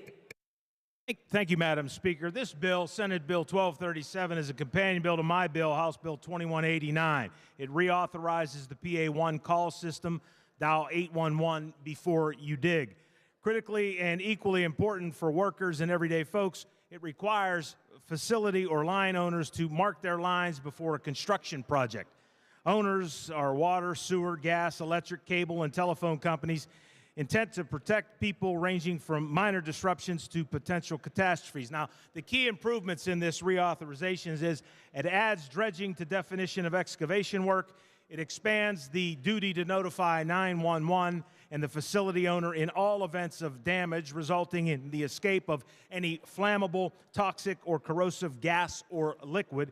It inserts a requirement that excavators using trenchless technology when feasible. And then the improvements that we negotiated into that bill, it adds a provision limiting the length of an investigation to 270 days. It places a 3-year statute of limitations on the recovery of penalties and adds a 7-year sunset so we can examine the effectiveness of the reauthorization. As I said, it's a companion bill to HB 2189. Both bills were amended and negotiated. They are the exact same language. I thank Senator Baker and her staff for her work, my colleague from Beaver County, the gentleman, Representative Marshall, for his work and the work of his staff to get us across the finish line. This is a very important reauthorization. I ask for an affirmative vote. Thank you, Madam Speaker. Chair thanks the gentleman. On that question, the chair recognizes the other gentleman from Beaver, Minority Chair of Consumer Protection, Technology and Utilities, Representative Marshall. Thank you, Madam Speaker. I concur with the gentleman from Beaver. This is a life-saving measure. I encourage members to support the bill. The chair thanks the gentleman. Agreeable to the provisions of the Constitution, the yeas and nays will now be taken. Members will proceed to vote.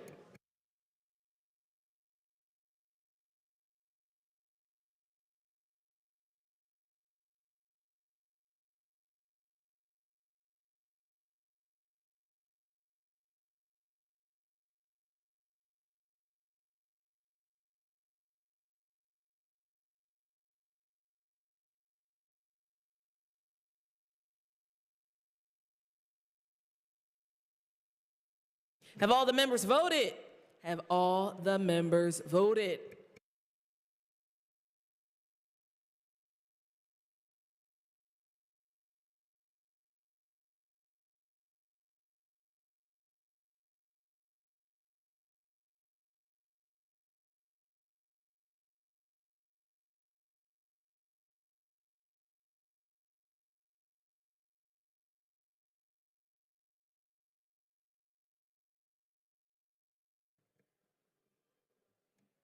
Clerk will record the vote on final passage of the bill. The yeas are 196, the nays are 6. Majority required by the Constitution having voted in the affirmative, the bill passes the House finally. And the clerk will present the same to the Senate with the information that the House has passed the bill with amendment in which the concurrence of the Senate is requested.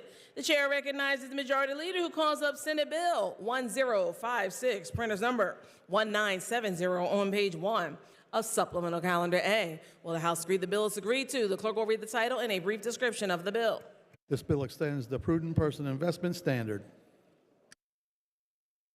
This bill has been considered on 3 different days and agreed to. The question is, shall the bill pass the House finally? Agreeable to the provisions of the Constitution, the yeas and nays will now be taken. Members will proceed to vote.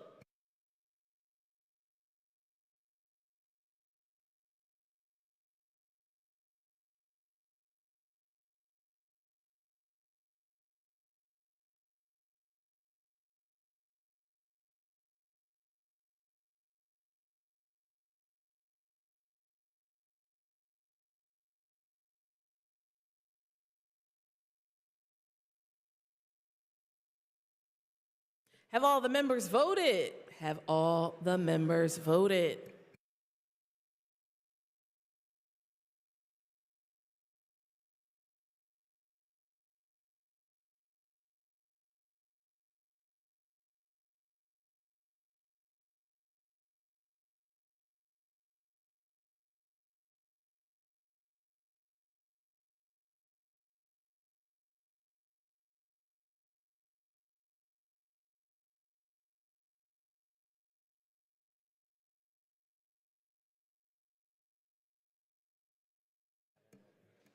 Clerk will record the vote on final passage of the bill. The yeas are 107, the nays are 95. Majority required by the Constitution having voted in the affirmative, the bill passes finally, and the clerk will present the same information to the Senate, that the House has passed the bill with amendment in which the concurrence of the Senate is requested.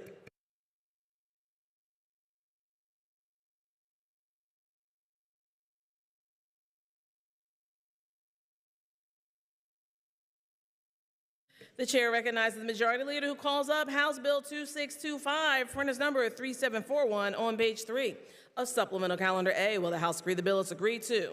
The clerk will read the title and a brief description of the bill. On that question, the chair recognizes the gentleman from Lancaster, Representative Cutler.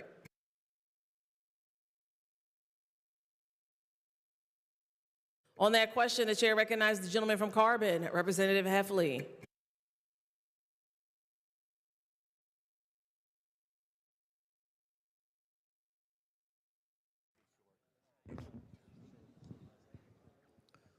Thank you, Madam Speaker. I certainly can understand the need for additional resources for transportation. Obviously, in this past budget, state budget spends $47.6 billion. It was negotiated for $80 million out of that budget to go into mass transit. Now here we are today, looking at what will next year amount to $287 million additional into mass transit. 65% of that money will go into SEPTA. The rest of that will mostly go to Allegheny County, with the small portion going to the rest of this Commonwealth. That's $287 million, and make no mistake about it, those dollars are drawn out of the general appropriations, right? So those dollars right now, $287 million in next year's budget, could go to help our schools. There are schools that have lead pipes, schools that have asbestos. Could go to offset property taxes for those that are struggling. I've heard a lot of people say about how they need mass transit and buses. Well, think about the fact that you haven't had a rate increase in mass transit since 2017. You can't ride the bus for free every day and then expect the rest of the state to flip the bill. We have structurally deficient bridges across this Commonwealth. Every member in rural Pennsylvania has roads that need fixing, that bridges that need to be repaired. And yet none of these dollars, this $287 million, is going to be allocated for one reason, to go to mass transit. Now, I'm not saying that maybe mass transit doesn't need additional dollars, but we should look at how they're funding themselves and why they haven't had a rate increase in so long. Well, property taxes are going up every year on the homeowners that are on fixed incomes. Every year see a property tax increase. Now you're going to take more money out of the general fund for a major special interest, which is mass transit. I don't think that's how we should be budgeting. I think next year, when the general appropriations budget is discussed, we can look at where those dollars go. Think about the fact that every year we see rate increases on the turnpike. Gas prices are skyrocketing. And people simply can't afford to drive their vehicle to the grocery store and then pay the extra cost of groceries because of inflation, because of high energy costs. The Green New Deal should be funding this, but it's not. It's just driving up energy costs. SEPTA trains run on natural gas. They run on diesel fuel. The trains run on electricity, and all those costs are going up because of bad energy policies. That's what we should be addressing, the cost drivers, not taking $287 million away from the residents, away from your school districts.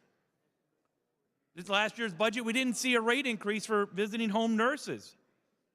But now we're going to give $287 million not to those with intellectual disabilities, folks that are sitting at home that simply can't get out of bed to use the facilities, that need somebody to come in and help them. And we can't give those folks a raise, but we're going to take $287 million and direct it to mass transit.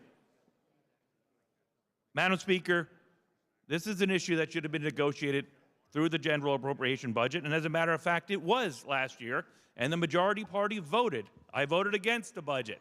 The majority party, those that spoke on this very proposal just a short while ago, all voted for a budget that put an additional $80 million into mass transit. Now they want to take $287 million away from the rest of Pennsylvania citizens in next year's budget to allocate it. This isn't how we should be budgeting. Maybe it's a good political vote for those. Certainly not in rural Pennsylvania. Madam Speaker, I would ask for a negative vote. The chair thanks the gentleman. On that question, the chair recognizes the gentleman from Allegheny, Representative McAndrew. So, as the chair of the Subcommittee on Public Transportation from southwestern Pennsylvania, not from the east, I can tell you firsthand that I believe that this is a statewide issue that we need to address. That comment that was made previously, that this doesn't affect rural Pennsylvania, is completely false. I've heard across the state, from Indiana County, from Westmoreland County, from Butler County, from Lawrence County, from counties across the region, not only from their public transportation workers or their public transportation people, but directly from their constituents, that this is an issue that affects them. And so the money in this bill goes across not just to Allegheny County and not just to Philadelphia, but goes across the entire region. You have chambers of commerce that are asking for this money. You have a magnitude of people. And if you're from a rural county in Pennsylvania, these dollars will help you. So today, while we're here and we're having this conversation, you're hearing a lot from my side of the aisle and from people from my county and other larger counties, that it is important to note that this bill and this money helps all of Pennsylvania. Thank you. Thank you, Madam Speaker.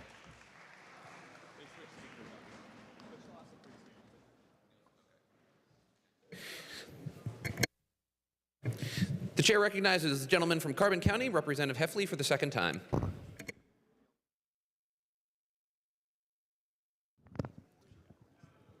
Thank you, Mr. Speaker. Just real quick, yeah, some of these dollars will be sprinkled across all of Pennsylvania, but just, right here in the notes, 65% of this will go to SEPTA. $287 million, 65% goes to SEPTA, 22% goes to Pittsburgh Regional Transit. And trust me, I've sat in traffic across this Commonwealth in my previous life, so I understand the need for mass transit. But then 13%, a meager 13% of $287 million, which is some money, will go to the rest of rural Pennsylvania. So if you're from rural Pennsylvania, I would say we could do better if this bill was negotiated through a budget process. We could adequately fund, because public transportation is an issue in all of our districts. But giving all the money to one particular agency isn't going to get buses running or mass transit systems working in rural Pennsylvania. I would ask for a negative vote. Chair thanks the gentleman. Chair recognizes the gentleman from Philadelphia County and the prime sponsor of the legislation, Representative Nielsen. Thank you, Mr. Speaker. Let me begin by, we heard a lot of percentages that just thrown out here and how we do this and we do that and we subsidize Philadelphia, Bucks, Delaware, Montgomery, Chester, and Allegheny County provide 46% of the entire state budget and get less than 19% back in return. Let's be clear. We're paying our fair share. We're not getting it. We're paying for those rural roads and bridges to get repaired, unlike the previous speaker just mentioned. But let's talk about the legislation we have here today. House Bill 2625 is a clean version of some of the work, the bipartisan work, the House Transportation did across this Commonwealth. We undertook a statewide tour to see how we can move Pennsylvania forward by not only funding transit, but funding our roads, bridges, ports, and rails. We talked to all different people. The message was the same everywhere we went. We must do more to fund transit across Pennsylvania. Transit agencies in all 67 counties testified before our committee. They told us the need. They need more funding. What funding might mean for Philadelphia might not be the same it means for Carbon or Erie or Westmoreland. But what it means is rides. It means rides for seniors. Rides taking our seniors to the doctors who have no family no more in the area because they had to move, because without a public transit system in their county, they can't get to work. Now, I can go on forever, but I won't. I will be submitting some of my comments, but let's talk about some things that we always hear. Let's talk about Pittsburgh. In Pittsburgh, there's 110,000 jobs that travel inside to the city of Pittsburgh every single day. But the city of Pittsburgh only has 44,000 parking spots. 44,000. Now let's talk Philadelphia. 280,000 people travel to Philadelphia, Center City, Philadelphia, every day. Well, they only have 45,000 parking spots. We need to do the right thing here. We need to make sure our funding is sufficient. I can give you numbers from across the country, that show what the states do for their public transit systems. We do absolutely nothing compared to a city like Chicago. It's crazy. The state does so much for Chicago, they're not having a problem right now. We just read the paper, New York City. The state of New York just did a whole bunch did 3 times more money than we're doing here today because the importance of that transit system. They need it to run. This isn't just about this. This is a people problem. We need to make sure our people can move around the cities, move around the suburbs, move from the suburbs to the cities. Look, I tell the story as a grandson of a worker who drove a bus. Driving a bus today is not like driving a bus 40 years ago. 800,000 people take SEPTA every single day. 800,000 people rides. 800,000. Yeah, do we hear some problems here or there? Sure there is. I mean, we've all been to a ball game. Okay. You go to a ball game, there's fistfights in the fields. Are you kidding me? 800,000. There's only 30,000 in the stadium. They have issues. They're overcoming the issues. Crimes for the last 2 years, they're down. The stats are there. We all get the email. Do the right thing. I'll submit my comments for the record so we can move on. Vote yes on House Bill 2625. It's the right vote, the right thing to do. Thank you, Mr. Speaker. The chair thanks the gentleman. Chair recognizes the gentleman from Lancaster County, Representative Cutler. Thank you, Mr. Speaker.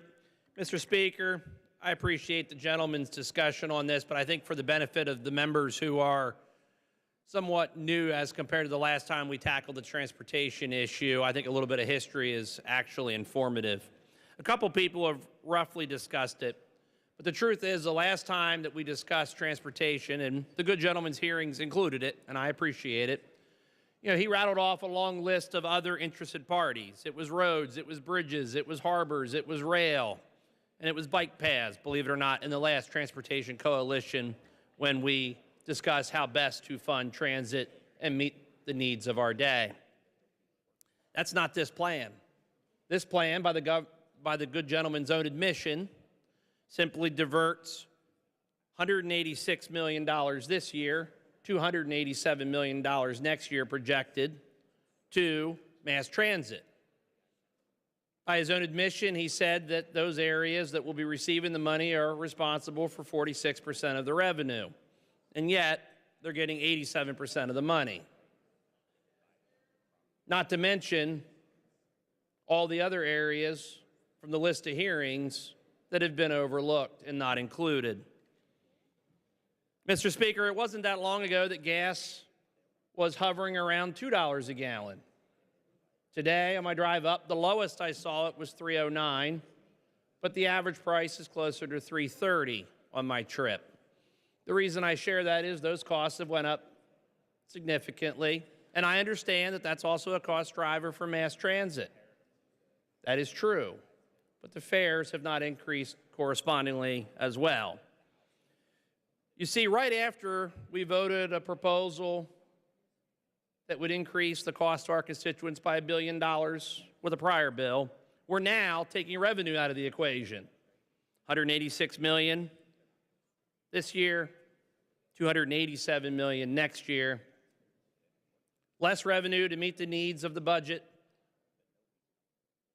And Mr. Speaker, respectfully, less money to pay the bills that are rapidly accruing.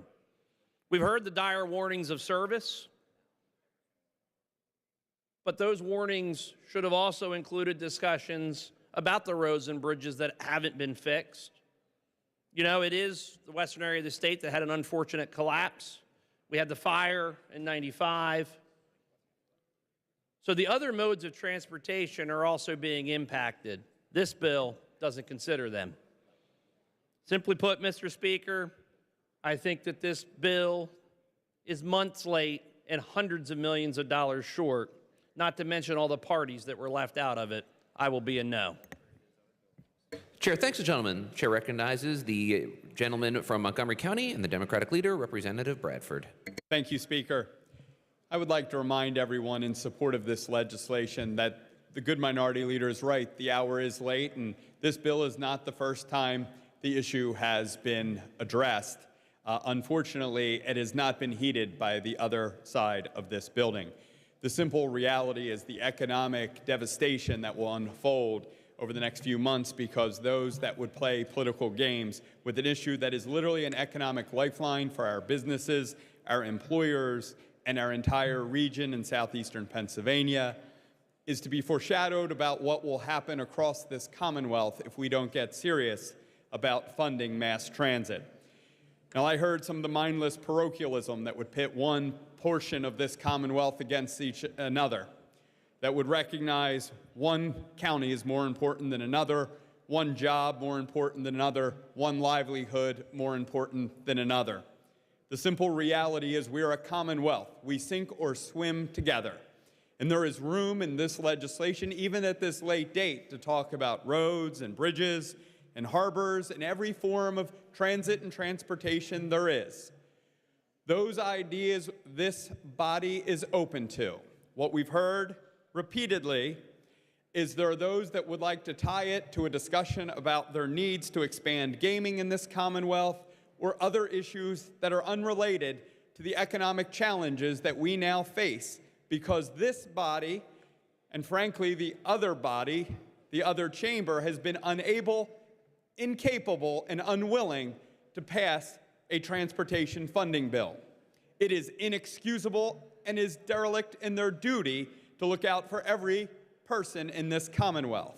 So if you happen to be in that region that will be impacted most immediately, most necessarily harder, you have an obligation to make sure that you stand with our transit agencies, with our businesses, with our workers, and make sure that we keep the economic engine of this Commonwealth strong. We must support our businesses. We must support our economic lifeline that mass transit represents. And we look forward to a discussion on what ideas others may have about a full transportation package in the days and weeks to come. Thank you, Speaker. The chair thanks the gentleman, and the question recurs, shall the bill pass finally? Agreeable to the provisions of the Constitution, the yeas and nays will now be taken. Members will proceed to vote.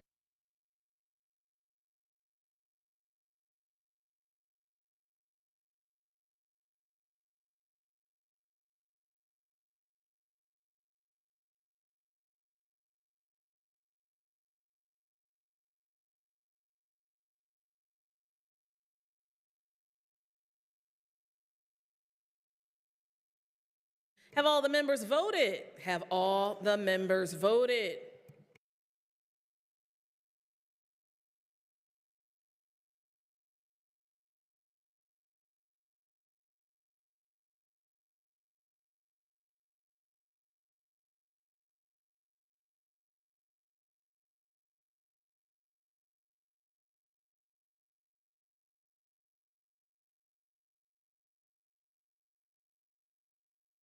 Clerk will record the vote on final passage of the bill. The yeas are 111, the nays are 91. Majority required by the Constitution having voted in the affirmative, the bill passes the House finally, and the clerk will return the same to the Senate for concurrence. The chair recognizes the Majority Leader who calls up Senate Bill 1160, printer's number 1524, page 4, supplemental calendar A. Will the House agree the bill is agreed to? Clerk will read the title and a brief description of the bill. This bill designates March 29th of each year as Vietnam War Veterans Day in Pennsylvania. This bill has been considered on 3 different days and agreed to. The question is, shall the bill pass the House finally? Agreeable to the provisions of the Constitution, the yeas and nays will now be taken. Members will proceed to vote.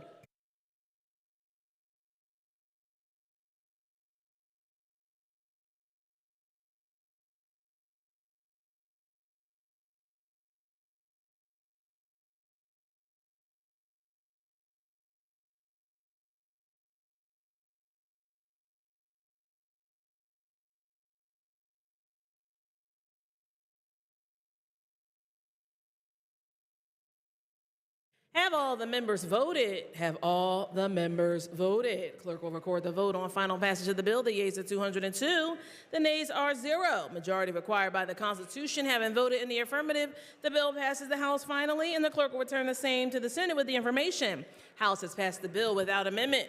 The chair recognizes the Majority Leader.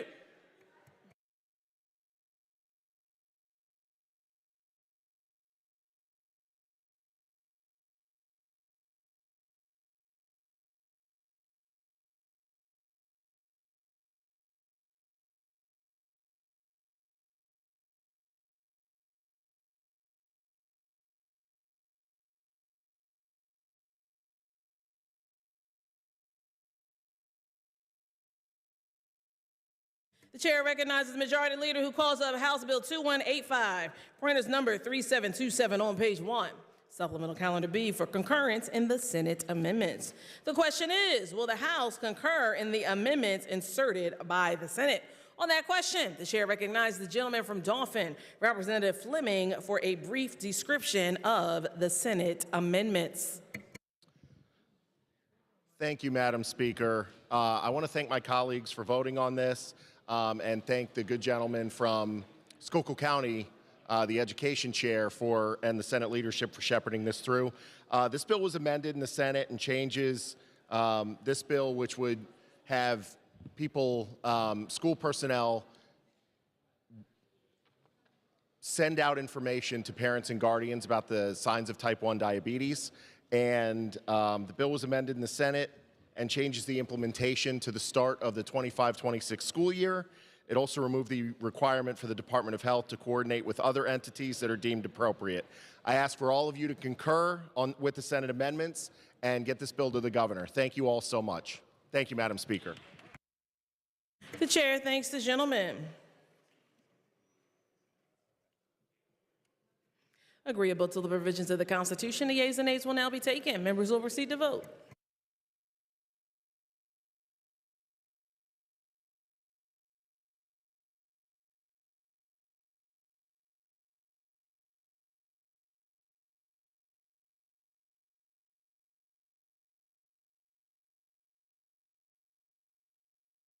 Have all the members voted? Have all the members voted?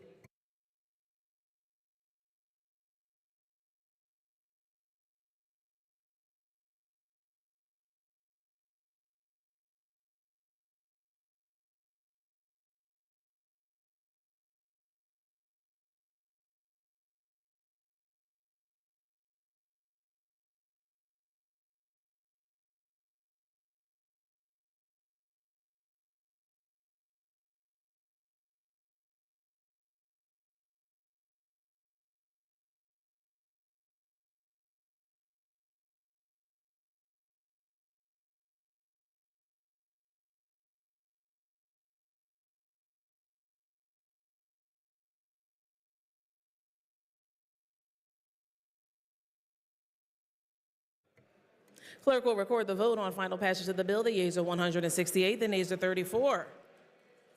Majority required by the Constitution having voted in the affirmative, the amendments are concurred in, and the clerk will inform the Senate accordingly. The chair is in receipt of extracts from the Journal of the Senate, which the clerk will now read. Bills, number and titles as follows, having been prepared for presentation to the governor, and the same being correct, the titles were publicly read as follows.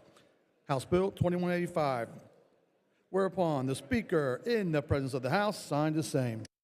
Chair is about to sign the following bills, which the clerk will now read. House Bill 2185.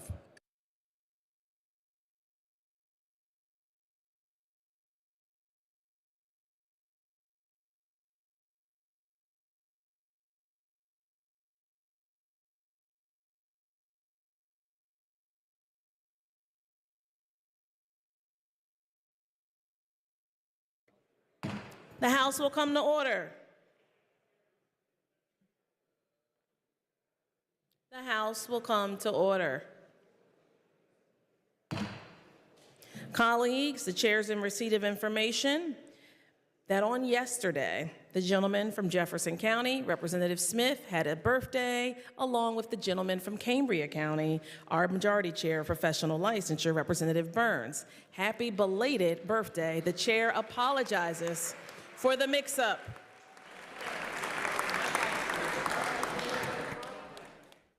Chair recognizes the gentleman, Representative Vitale from Delaware County, for a committee announcement. Actually, a committee unannouncement. The House Environmental Resource and Energy Committee meeting scheduled for 10 a.m. tomorrow has been canceled. The chair thanks the gentleman. The chair recognizes the gentleman from Lackawanna County for a committee announcement. Representative Mullins. Thank you, Madam Speaker. The House Appropriations Committee will meet immediately in the Majority Caucus Room. The House Appropriations Committee is meeting immediately. Thank you, Madam Speaker. Chair is in receipt of a motion from the gentleman from Lawrence, Representative Bernstein, that the House now adjourn till Wednesday, October 23rd, 2024, unless sooner recalled by the Speaker. Questions on the motion? Those in favor say aye. Those opposed, no. The ayes have it, and the House stands adjourned until Wednesday, October 23rd, 2024 at 11 a.m., unless sooner recalled by the Speaker.